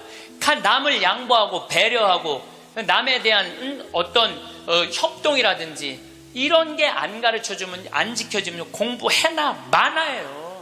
지금 대한민국은요 밑빠진 독에 물 붓고 앉아 있는 거예요. 이건 교육이 아니에요. 진정한 교육은 뭐냐면 사람을 존중해 주는 거예요. 자유를 존중해 주는 거예요. 선택권을 주는 거예요. 국정교과서로서 선택권을 뺏는 게 아니고 그게 교육이고 그게 자유고 그게 민주주의예요. 그게 예수님이 원하는 거예요. 어느 누구도 무시하지 말라는 거. 이게 예수님이 원하는 거예요. 여러분들도 우리 삶 안에서 내가 얼마나 사람을 존중하고 사람을 배려하나 좀 생각을 해봐야 될 것 같아. 근데 이게 하루아침에 생긴 게 아니야. 하루아침에 사람을 무시하는 게 생긴 게 아니라니까. 조선 500년 내내 사람을 무시하는 문화가 배 있어요. 누가 조선이 선비의 나라라고 그래. 선비는 10%밖에 안 됐어요. 90%는 평민이고 노비야. 90%는 온데간데 없고 조선이 선비의 나라라고. 그 10%만 위한 나라야. 부자만을 위한 나라일 수가 있다는 거죠. 조선 500년에 대한 이야기는 다음 시간에 이야기하도록 하겠습니다. 나이가 들수록 스스로에게 괜찮은 사람이 되는 것이 중요해집니다. 왜일까요? 자신의 가치를 찾고 인간관계의 스트레스에서도 벗어날 방법이 있기 때문입니다. 나이 들수록 점점 더 필요해지는 것을 준비하는 방법, 혼자여도 잘 사는 이유가 담겨 있기 때문입니다. 오늘은 나이 들수록 혼자여도 괜찮은 사람이 되어야 하는 이유와 방법에 관해 말씀드릴까 합니다. 첫 번째, 나이 들수록 자존감이 필요하다.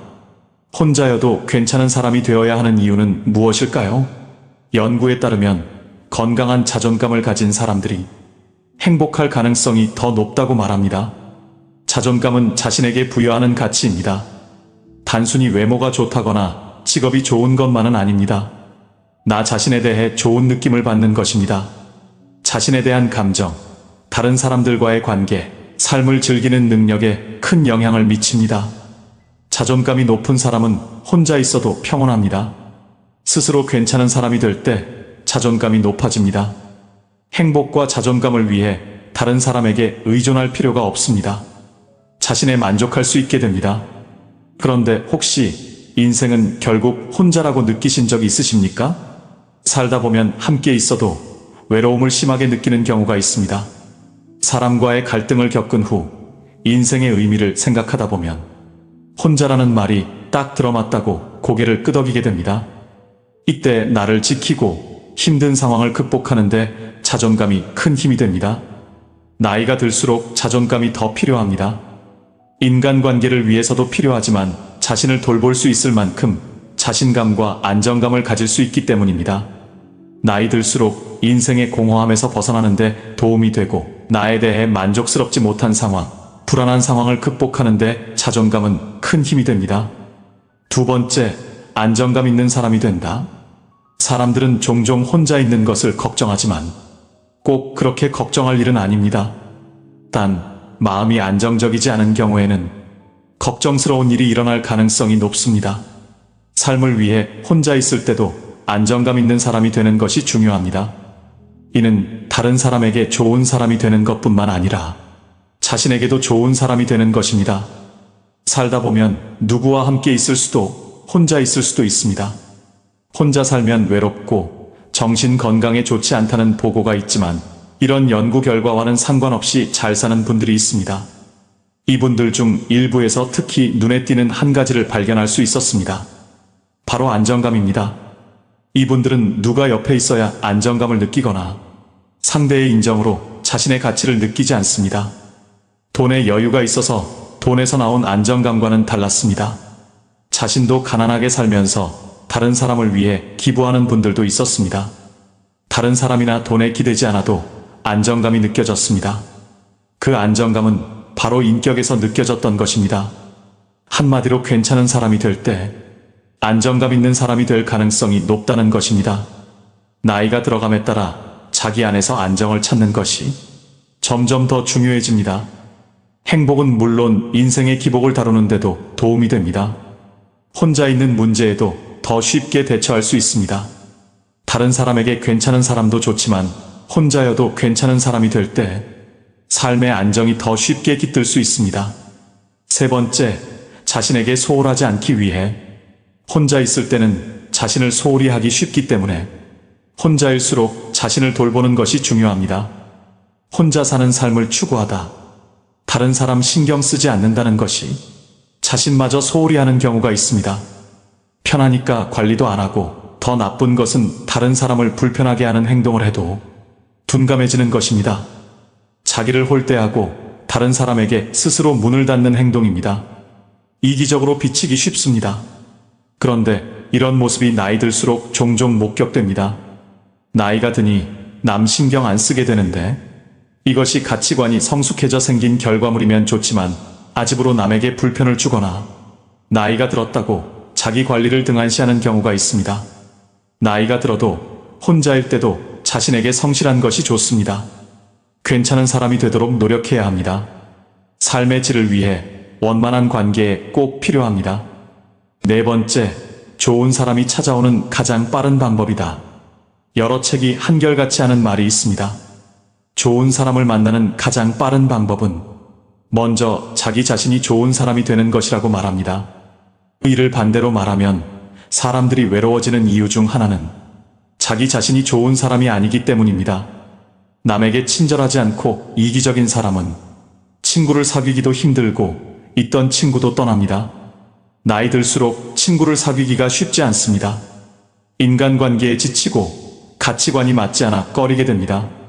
그나마 있던 인간관계도 정리하는 경우가 많습니다. 이젠 좋은 사람과 살고 싶다는 생각에서 좋은 사람만 남기고 정리하는 것입니다. 하지만 나이가 들더라도 좋은 사람을 만날 기회는 나타납니다. 나이 들었다고 새로운 사람이 들어올 문까지 막을 필요가 있을까요? 우리 모두는 세상이 완벽한 곳이 아니라는 것을 압니다. 어떤 사람들은 여러분을 실망시키고 상처를 줄 것입니다. 하지만 나쁜 사람들이 있더라도 힘든 시기에 여러분의 편이 되어줄 좋은 사람들도 있습니다. 어릴 때 우정을 쌓아온 친구와는 다른 모습이지만 서로 힘이 되고 존경할 수 있는 사람을 알게 되는 경우가 있습니다. 친구처럼 가까운 사이가 아니더라도 좋은 사람으로 기억하는 분들이 있지 않으십니까? 그런 분들과는 인연을 쭉 이어가고 싶습니다. 그러려면 내가 먼저 좋은 사람, 괜찮은 사람이 되어야 합니다. 괜찮은 사람이 된다는 것은 남을 위해 꼭 무언가를 하는 것이 아닙니다. 완벽하거나 흠집을 잡을 데 없는 사람이 아니라 자신과 타인을 있는 그대로 받아들일 수 있는 사람, 타인을 존중하며 이해하는 사람, 남을 판단하거나 깔보지 않는 사람이 되는 것입니다. 새로운 경험에 열린 마음으로 자신을 키우는 것도 잊지 말아야 합니다. 지금까지 나이 들수록 혼자여도 괜찮은 사람이 되어야 하는 이유와 방법에 관해 말씀드렸습니다. 다음으로 황창현 신부님의 행복공감 에세이 3 껴안기 도서 내용 중 일부 내용을 여러분께 소개해드리려고 합니다. 책을 읽으면서 마음이 참 따뜻해졌는데요. 여러분들도 함께 가슴 따뜻해지는 시간이 되셨으면 합니다. 바로 시작하겠습니다. 물질이 아니라 사랑으로. 저는 시간만 나면 아버지를 만나러 수원으로 달려갑니다. 지금도 한 달에 한 번 아버지를 안 보면 보고 싶어 못 견딥니다. 너무 바빠서 시간이 나지 않으면 억지로라도 수원에 갈 일을 만들어 아버지께 전화를 드리고 함께 식사를 하자고 조릅니다. 마주 식사를 하다가도 아버지 얼굴을 쳐다보면 너무 행복해서 어쩔 줄을 모릅니다. 아버지가 100세가 되시든 120세가 되시든 그럴 것 같습니다. 아버지와 함께 많은 추억을 쌓았고 따뜻하고 배려 넘치는 사랑을 듬뿍 받고 자랐으니 당연한 일입니다. 아버지 같은 어르신들을 만나면 앞으로 늙은 부모가 안쓰러워 찾아오는 자식은 얼마 되지 않을 것이라는 사실에 마음이 짠해집니다. 통계에 따르면 자식이 찾아주지 않는 독거노인이 노인 인구 650여만 명 가운데 125여만 명에 달한다고 합니다. 20%에 달하는 자식들이 부모와 왕래를 끊었거나 남처럼 대면대면 지낸다는 뜻입니다. 이렇게 부모 자식 간의 사랑이 끊긴 이유는 부모가 자식에게 사랑이 아니라 물질을 주었기 때문입니다. 학원 보내고 대학 등록금 대주고 취직시키고 출세시켜주는 게 사랑의 전부인 줄 알고 돈이며 집이며 자동차며 퍼주고 또 퍼주었습니다. 자식과 함께하는 동안 진심으로 사랑을 주어야 그 사랑을 돌려받을 수 있습니다. 지금도 젊은 부모들 중에 어린 아들, 딸에게 듬뿍듬뿍 돈을 퍼주며 그것을 사랑이라고 착각하는 사람들이 많습니다. 이런 사람들은 나중에 공들여 키운 자식으로부터 받은 배반감에 피눈물을 흘리게 될지 모릅니다. 아이들은 부모가 심어준 사랑의 시간들을 쉽게 잊어버리지 않습니다. 가슴속에 깊이 품고 있다가 삶이 고단해지거나 지칠 때마다 추억의 앨범을 꺼내보며 힘을 얻고 행복해합니다. 얼마 전 아버지가 생태마을에 오셨다가 인근에 있는 산에서 산삼을 2뿌리나 캐오셨습니다. 바위 틈에 피어있는 산삼꽃을 발견하시곤 어릴 때 유난히도 병약했던 아들에게 주려고 캐오셨습니다. 아버지는 자식이 먹을 산삼을 보며 흐뭇해하셨지만 제 눈에는 팔순 노인이 산삼 캐느라 흑손이 된 손톱만 보였습니다. 아버지 감사합니다. 이 말이 저절로 나왔습니다. 다른 많은 추억들처럼 이번 일도 오래오래 기억에 남아 저를 행복하게 만들 것 같습니다. 행복하려면 바로 지금 행복하라. 토끼와 거북이 이야기는 2000년 전 이솝우화에 등장합니다. 사람들은 지난 2000년 동안 느림보 거북이가 날쌘 토끼에게 이긴 시합이라고 알고 있지만 요즘 새로운 버전의 토끼와 거북이 이야기가 나왔습니다. 오랜 세월 자존심이 상한 채로 살아온 토끼가 거북이를 찾아가 재대결을 요구하면서 이야기는 시작됩니다. 누가 이기든 세상에 소문이 날 테니 보통 중요한 시합이 아닙니다. 토끼는 무엇보다 잠을 줄이는 일이 먼저라 판단하고 신경정신과 의사를 찾아가 상담을 하고 잠을 쫓는 약을 처방받으며 만전을 기했습니다. 거북이라고 가만히 있을 리 없습니다. 거북이는 토끼처럼 뒷다리를 똑바로 세우는 연습도 해보고 등딱지를 가볍게 하기 위해 성형외과 병원에도 다녔습니다. 드디어 재대결이 시작되었습니다. 하지만 잠이 쏟아지는 잠을 주체하지 못한 토끼는 어쩔 수 없이 중간에 잠깐 잠을 잤습니다. 그러는 동안 쉬지 않고 달린 거북이는 마침내 결승점을 코앞에 두게 되었습니다. 하지만 승리를 확신한 거북이가 아주 잠깐 방심하는 사이에 토끼가 총알같이 달려와 거북이를 간발의 차이로 이겨버립니다. 거북이는 이대로 패배자라는 낙인을 떠안고 살아가느니 죽는 게 낫다며 자살까지 생각합니다. 이런 거북이를 보며 할아버지 거북이가 말했습니다. 손자야, 슬퍼하지 마라. 너는 토끼 평균 수명이 얼마나 되는지 아느냐? 토끼는 하도 빨빨거리고 뛰어다니다 보니 기껏해야 7년밖에 살지 못하지만 우리는 느리기 때문에 수명이 200년이나 된다. 원래 느린 게 우리 숙명인데 왜 되지도 않게 토끼를 이기겠다고 앞다리 뒷다리를 세우며 힘들게 사느냐? 천천히 살아라. 그게 바로 내 운명이다. 제가 하고 싶은 말은 바로 이것입니다. 지금 대한민국 부모들은 자녀들을 기껏해야 7년밖에 살지 못하는 토끼로 만들려고 안달하고 있습니다. 얼마 전에 지인으로부터 잊지 못할 이야기를 들었습니다. 서울의 어느 유치원에서 아이들을 숲속에 데려가 자연과 호흡하게 했는데 아이들이 살랑거리는 바람 속에서 흙냄새를 맡고 나뭇가지에 숨어있는 작은 벌레들과 대화하며 그렇게 좋아하더랍니다. 그런데 한 어머니가 달려와 원장에게 이런 말을 했답니다. 아이들이 숲속을 걸으면서 영어 단어 하나라도 더 외우게 하면 참 좋겠네요. 다음엔 꼭 그렇게 해주세요. 살면서 가장 중요한 일은 따로 있습니다. 직업에 귀천이 없다는 말을 자주 합니다. 그런데 우리나라 소방관들의 삶을 조금 들여다보면 이 말이 틀렸다는 걸 알게 됩니다. 지난 여름 알래스카에서 강의를 갔다가 운 좋게도 캡틴이라 불리는 소방관 팀장님 집에 머무르게 되었습니다. 미국에서 인기 있는 직업 1위가 소방관이라는데 실례지만 소방관 초봉이 얼마나 되는지 궁금해서 물었더니 대답은 이랬습니다. 소방관이 되기 위한 18개월 훈련 기간에는 연봉 4천만 원 정도이고 훈련을 마치고 정식 소방관이 되면 6,500만 원을 받습니다. 우리나라 소방관은 기본 훈련을 받고 정식으로 임명된 후 받는 첫 월급이 140만 원 정도입니다. 조금 경력이 쌓여도 연봉이 3천만 원 내외밖에 안 되는데 국민의 생명과 재산을 보호하는 일에 온몸을 던지며 자신을 희생하는 분들에 대한 대우치고는 너무 부족하다는 생각이 듭니다. 허구한 날 쌈박질만 일삼는 국회의원들 연봉을 생각하면 속이 부글부글 끓습니다. 사회 지도층 인사들이 만들어내는 온갖 저급하고 비열한 뉴스를 볼 때마다 왜 우리나라에는 유독 그런 사람이 많을까 생각해 봅니다. 멀리서 그 이유를 찾을 것도 없습니다. 남들과 경쟁해서 더 높은 자리에 올라가야 행복하다고 믿고 인간다운 따뜻한 품성을 쌓는 일에는 게을리했기 때문입니다. 황창현 신부님의 삶 껴안기 도서 내용 중 에피소드 3개를 읽어드렸는데요. 황창현 신부님은 행복한 노후를 위해선 나 자신부터 껴안아야 된다고 말씀하십니다. 또 나중이 아닌 지금을 사셔야 됩니다.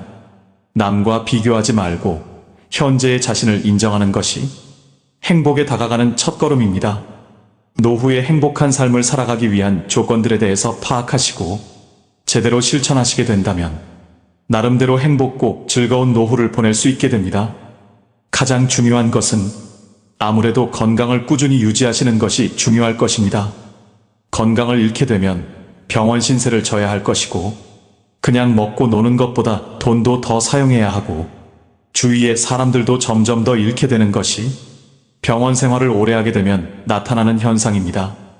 열심히 건강을 지켜주시는 게 무엇보다 가장 중요한 것이며 나머지는 부분들의 경우에는 열심히 노력하시면서 지속적으로 생활하는 것이 중요합니다. 다음으로 노후 행복한 삶을 위한 조건들에 대해서 알아보겠습니다. 먼저 첫 번째, 건강한 노후 생활입니다. 건강이 가장 중요하다는 거 모르는 사람은 아마 없을 텐데요. 젊은 시절부터 미리 건강 관리를 꾸준히 해주시면서 노후에도 지속적으로 관리해 주셔야 합니다.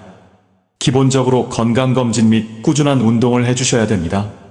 운동을 통해 근력과 폐활량도 키워주시고 다양한 분들과 친분도 쌓아가시는 것도 노후 생활에 상당한 즐거움을 줄 수 있을 것입니다.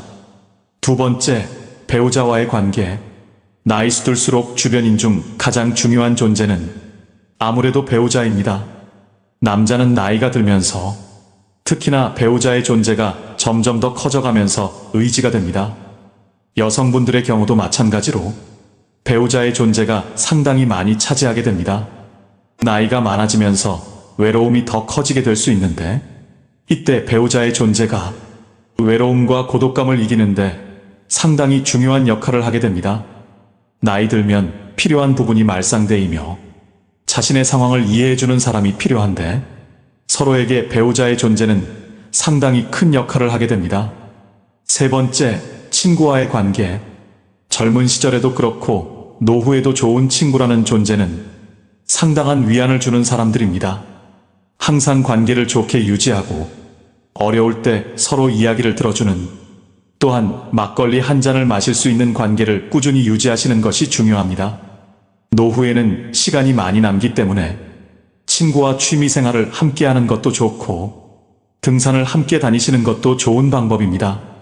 일주일에 한두 번 정도 만나서 좋은 관계를 유지하시는 것은 노후의 생활을 상당히 좋게 보낼 수 있는 방법이라고 할 수 있습니다. 네 번째, 할 수 있는 일. 노후에 아무 일도 하지 않으시고 그냥 가만히 있는다는 것은 건강에도 상당한 위협이 될 수 있습니다. 할 수 있는 일을 찾아서 열심히 해야 합니다. 업무, 일을 가지는 것은 노후를 활기차게 보낼 수 있는 좋은 방법입니다. 일을 하고 어느 정도의 돈을 벌 수 있는 일이면 더욱 좋습니다. 하지만 단지 일이라는 것만으로도 좋습니다. 하루 종일 의무감을 가지지 못하고 아무 일도 하지 않는다면 삶이 무료합니다. 봉사의 성격을 띤 일이라면 더욱 좋을 것 같습니다. 노후에 일을 한다는 것은 상당히 좋은 일이며 삶의 활력을 가질 수 있습니다. 성공한 사람들을 보면 크게 두 부류로 나뉘는 걸 알 수 있습니다. 하나는 자신이 성공했다고 여기저기 떠벌리고 다니는 사람들, 그리고 또 하나는 조용히 아무 말 없이 자기 삶을 사는 사람들입니다. 우리는 흔히 성공을 하면 자연스럽게 자랑하고 싶어질 거라고 생각하죠. 좋은 차를 사고 비싼 시계를 차고 SNS에 멋진 사진을 올리고 싶을 겁니다. 왜냐하면 그렇게 하면 남들이 나를 더 인정해 줄 거라고 믿으니까요. 하지만 현실은 그렇지 않습니다. 오히려 진짜 성공한 사람들은 그렇게 행동하지 않습니다. 왜냐하면 보여줄 필요가 없기 때문입니다. 돈이 많다고 높은 자리에 있다고 유명하다고 해서 굳이 그걸 드러낼 필요는 없습니다. 그걸 아는 사람들은 이미 알고 있고 모르는 사람들은 알 필요가 없죠. 그런데도 굳이나 성공했다고 떠드는 사람들이 있습니다. 그런 사람들은 왜 그럴까요? 간단합니다. 그 사람들은 사실 그렇게까지 성공한 게 아니기 때문입니다. 우리는 종종 SNS에서 성공한 사람들을 봅니다. 해외여행을 가고 고급 레스토랑에서 밥을 먹고 멋진 차를 타고 다니는 모습? 그런데 가만히 보면 그런 걸 보여주는 사람들은 언제나 뭔가를 팔고 있습니다. 강의를 팔든 자기 브랜드를 홍보하든 아니면 단순히 자기 자존감을 유지하려고 하든 간에 결국 목적이 있는 거죠. 진짜 부자들은 그렇게 하지 않습니다. 오히려 조용히 아무도 모르게 자기 일을 합니다. 왜냐하면 자랑해서 얻을 게 없기 때문입니다. 오히려 괜히 잘난 척했다가 사람들에게 이용당하거나 시기와 질투를 받거나 쓸데없는 오해를 사는 게 더 피곤합니다. 이건 단순한 돈 이야기가 아닙니다. 사회적인 성공을 이룬 사람들도 마찬가지입니다. 진짜 실력 있는 사람들은 자기 실력을 굳이 떠벌리지 않습니다. 왜냐하면 그럴 필요가 없으니까요. 자기 분야에서 최고라면 사람들이 먼저 알아서 찾아옵니다. 반대로 실력이 부족한 사람일수록 자기를 포장하려고 애씁니다. 우리가 흔히 듣는 말이 있죠. 빈수레가 요란하다. 이 말이 괜히 있는 게 아닙니다. 정말 내실이 있는 사람들은 굳이 시끄럽게 굴지 않습니다. 반대로 겉만 번지르르한 사람들은 자기가 얼마나 대단한지 떠들고 다닙니다. 이걸 좀 더 현실적인 예로 들어볼까요? 동창회에 나가면 꼭 이런 사람이 있습니다. 옛날에는 별거 아니었는데 갑자기 잘 됐다고 나타나서 자기가 얼마나 성공했는지 자랑하는 사람. 처음에는 다들 와 대단하다 하고 들어주지만 시간이 지나면 어떨까요? 대부분 속으로 이렇게 생각할 겁니다. 저 사람 뭐 저렇게까지 티를 내? 결국 그런 사람은 점점 멀어지게 됩니다. 반면에 정말 성공한 사람들은 조용합니다. 굳이 자기가 어떻게 살고 있는지 설명하지 않죠. 그런 사람들은 오히려 주변에서 먼저 알아보고 자연스럽게 존경을 받습니다. 그게 진짜 성공입니다. 그럼 우리는 어떻게 해야 할까요? 내가 뭔가를 이루었을 때 굳이 남들에게 알릴 필요가 있을까요? 물론 가까운 사람들에게 좋은 소식을 전하는 건 좋습니다. 하지만 굳이 모든 사람들에게 나 이렇게 잘 살고 있어요 하고 알릴 필요는 없습니다. 그런 행동은 결국 나에게 득이 되지 않습니다. 성공이라는 건 원래 조용한 겁니다. 내가 잘 되고 있으면 주변 사람들이 자연스럽게 알게 됩니다. 굳이 내가 말하지 않아도 내 행동과 태도에서 묻어나오게 되어 있습니다. 그러니 굳이 보여주려고 애쓰지 마세요. 오히려 그게 더 진짜 성공한 사람의 태도입니다. 사람은 사회적 동물이라고 하잖아요. 혼자 살아갈 수 없고 결국 사람과의 관계 속에서 기쁨도 얻고 때로는 상처도 받습니다. 그런데 한 가지 생각해 볼 게 있어요. 우리가 정말 인간관계가 필요해서 맺고 있는 걸까요? 아니면 그냥 그래야 한다고 배워서 어쩔 수 없이 유지하고 있는 걸까요? 어릴 땐 친구 많으면 좋다고 하죠. 사회생활에서도 인맥이 중요하다는 말을 많이 합니다. 그런데 정작 주변을 보면요, 인간관계가 넓은 사람일수록 스트레스를 더 많이 받아요. 전화벨이 울릴 때마다 이번엔 또 무슨 부탁일까 싶고, 단체 채팅방에서 메시지가 올 때마다 이걸 또 어떻게 대답해야 하나 고민하죠. 관계가 많아질수록 책임과 피로도 함께 늘어나는 겁니다. 어떤 사람들은 인간관계를 줄이면 외롭지 않겠냐고 해요. 그런데 가만히 생각해보면 진짜 외로움을 느끼는 순간이 언제인지 아세요? 오히려 불필요한 인간관계 속에 있을 때입니다.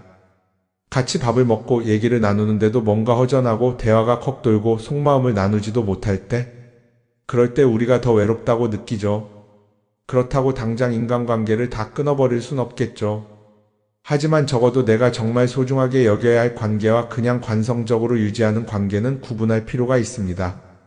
예를 들어 매번 나한테 부탁만 하고 정작 내가 어려울 땐 연락 한 번 없는 사람. 내가 실수하면 뒷담화를 하면서 내 앞에서는 웃는 사람. 이런 관계를 굳이 계속 이어갈 이유가 있을까요? 가끔은 이런 경험도 있을 거예요.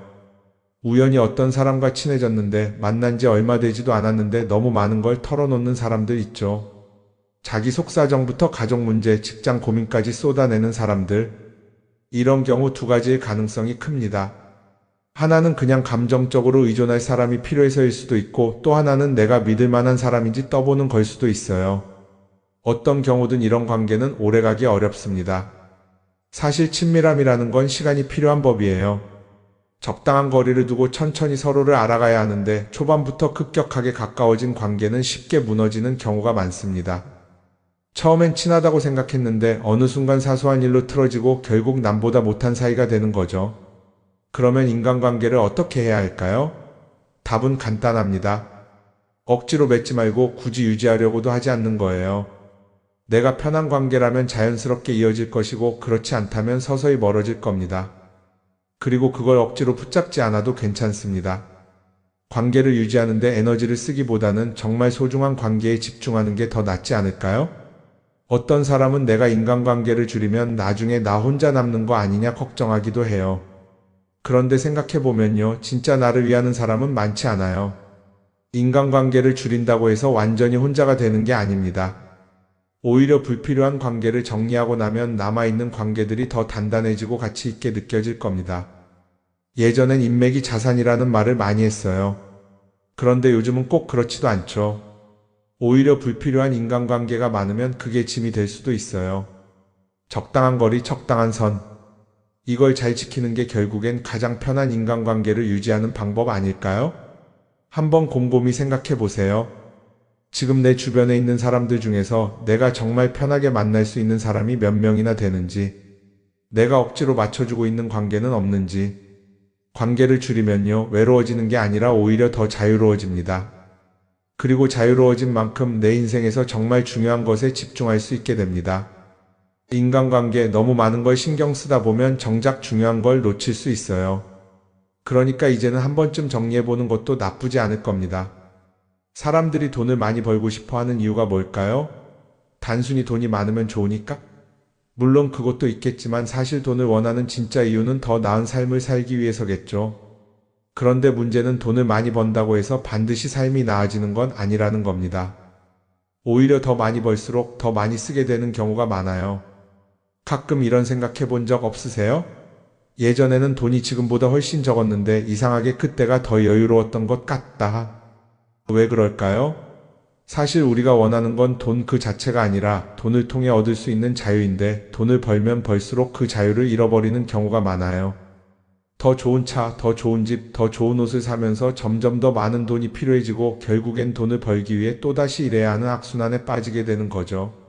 한번 생각해 봅시다. 우리가 정말 필요해서 뭔가를 사는 경우가 얼마나 될까요? 필요해서라기보다는 남들이 가지고 있으니까, 없어 보이기 싫으니까, 혹은 그냥 기분 전환을 위해서 소비하는 경우가 훨씬 많아요. 그리고 그런 소비를 할 때마다 스스로 이렇게 합리화를 하죠. 이 정도는 나를 위한 투자야. 그런데 가만히 보면 그 소비가 진짜 나를 위한 소비인지 아니면 그냥 사회가 만든 기준에 끌려가고 있는 건지 헷갈릴 때가 많습니다. 예를 들어 예전에는 스마트폰 하나면 충분했는데 이제는 스마트워치도 있어야 하고 무선 이어폰도 필요하고 태블릿도 있어야 할 것 같고 하나를 사면 또 다른 무언가가 필요해지는 시기예요. 사실 이건 우리가 그렇게 만들어진 겁니다. 광고도 그렇고 SNS도 그렇고 자꾸 우리에게 이렇게 말하죠. 이걸 사야 더 행복해질 수 있어요. 그런데 정작 그걸 사고 나면 어때요? 처음 며칠은 좋죠. 그런데 시간이 지나면 또 다른 걸 사고 싶어져요. 왜냐하면 물건이 우리를 오래 행복하게 만들어주지는 않거든요. 특히 요즘은 SNS가 이런 소비 심리를 더 부추기는 것 같아요. 예전에는 친구들끼리 만나서 나 새로 샀어 하고 자랑하는 게 전부였는데 이제는 SNS에 올리면서 전 세계 사람들에게 보여주잖아요. 그러다 보니까 남들도 다 뭔가를 사서 올리고 나도 따라해야 할 것 같은 기분이 드는 거예요. 그런데 중요한 건 그 사람들도 사실은 나와 똑같은 기분이라는 겁니다. 내가 남을 부러워하는 만큼 나도 누군가에게 부러움을 사려고 애쓰고 있는 거죠. 결국 끝없는 비교와 소비 속에서 진짜 중요한 걸 놓치게 되는 겁니다. 한번 이렇게 생각해보면 어떨까요? 만약 내가 지금부터 딱 1년 동안 불필요한 소비를 하지 않는다면 내 삶이 어떻게 변할까? 아마 처음에는 답답할 수도 있어요. 사고 싶었던 걸 참아야 하니까.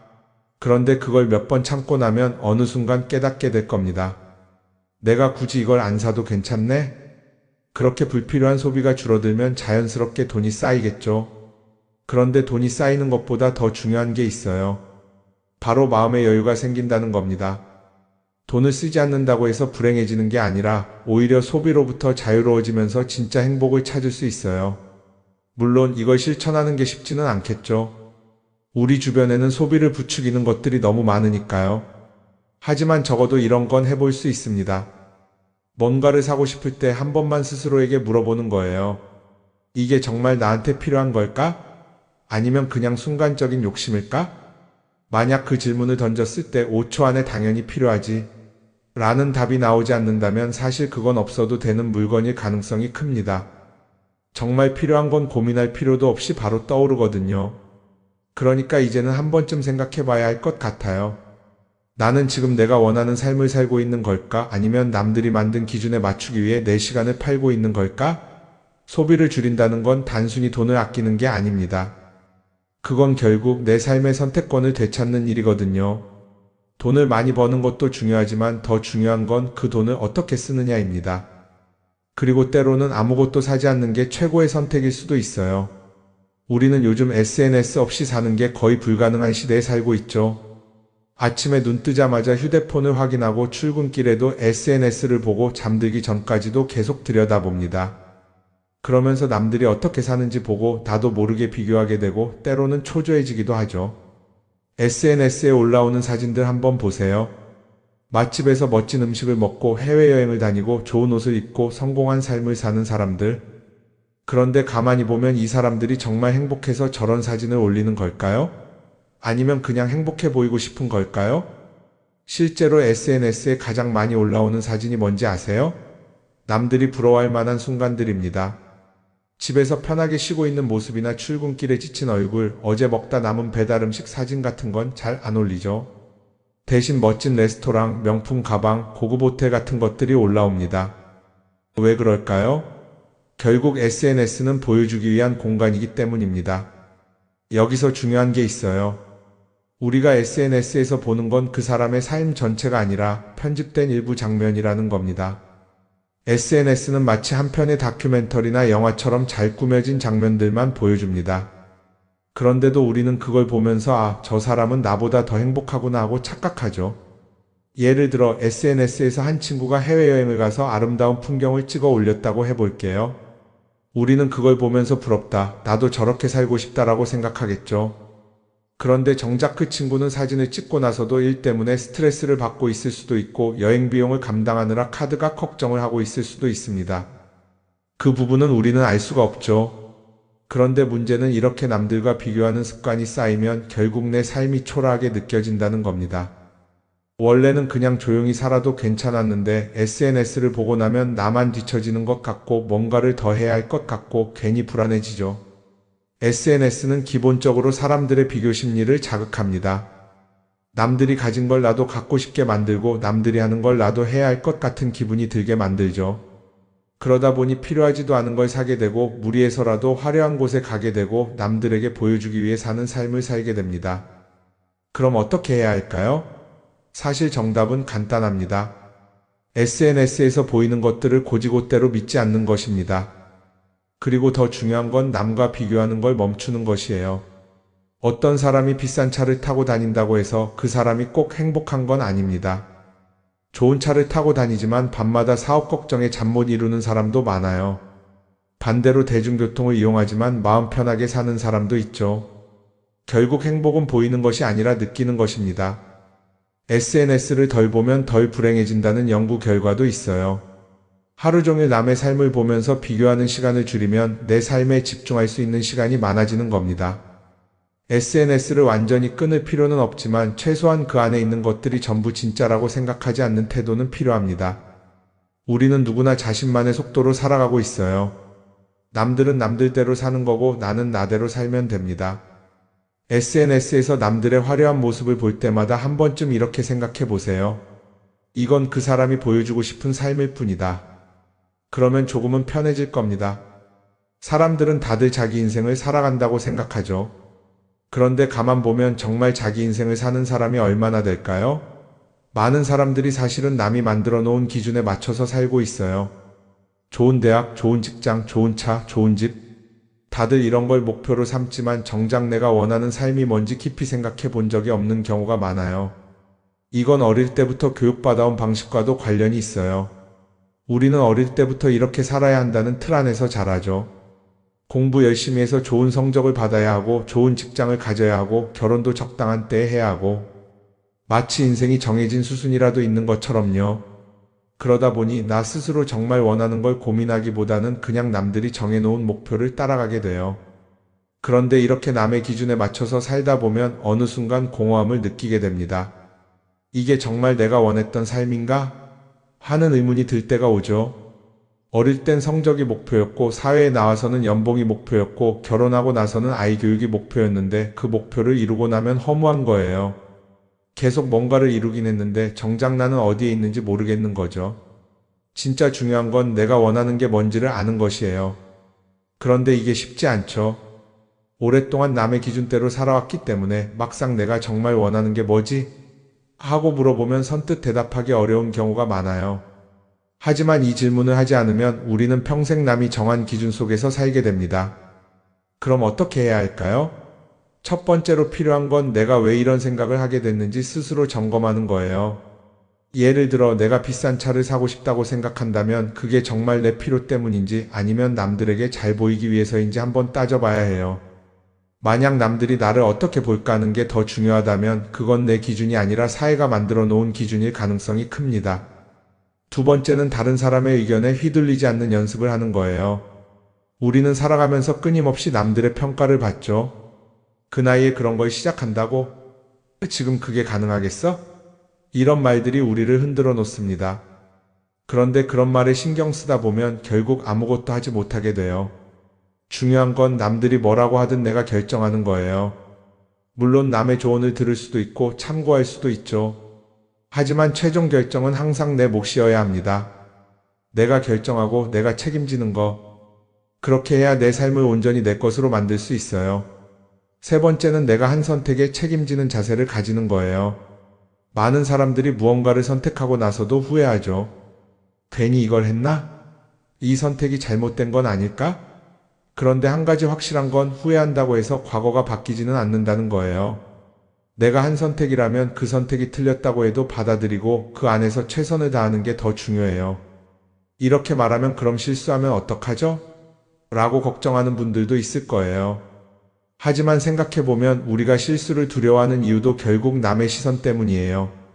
내가 실패하면 남들이 날 어떻게 볼까? 이런 걱정이 더 크죠. 그런데 남들은 생각보다 우리한테 관심이 없어요. 우리가 성공하든 실패하든 남들은 자기 삶을 사느라 바빠요. 그러니까 내 인생의 주인은 결국 나 자신이라는 걸 명확히 할 필요가 있어요. 내 선택을 하고 그 선택에 책임지면서 남이 아니라 나에게 맞는 길을 찾는 것. 그게 진짜로 내 삶을 살아가는 방법이 아닐까요? 어쩌면 우리는 너무 오랫동안 이렇게 살아야 한다는 틀 속에 갇혀 있었는지도 모릅니다. 하지만 이제는 한 번쯤 생각해 봐야 합니다. 나는 진짜 내 삶을 살고 있는가? 그리고 만약 아니라면 지금부터라도 조금씩 바꿔보면 어떨까요?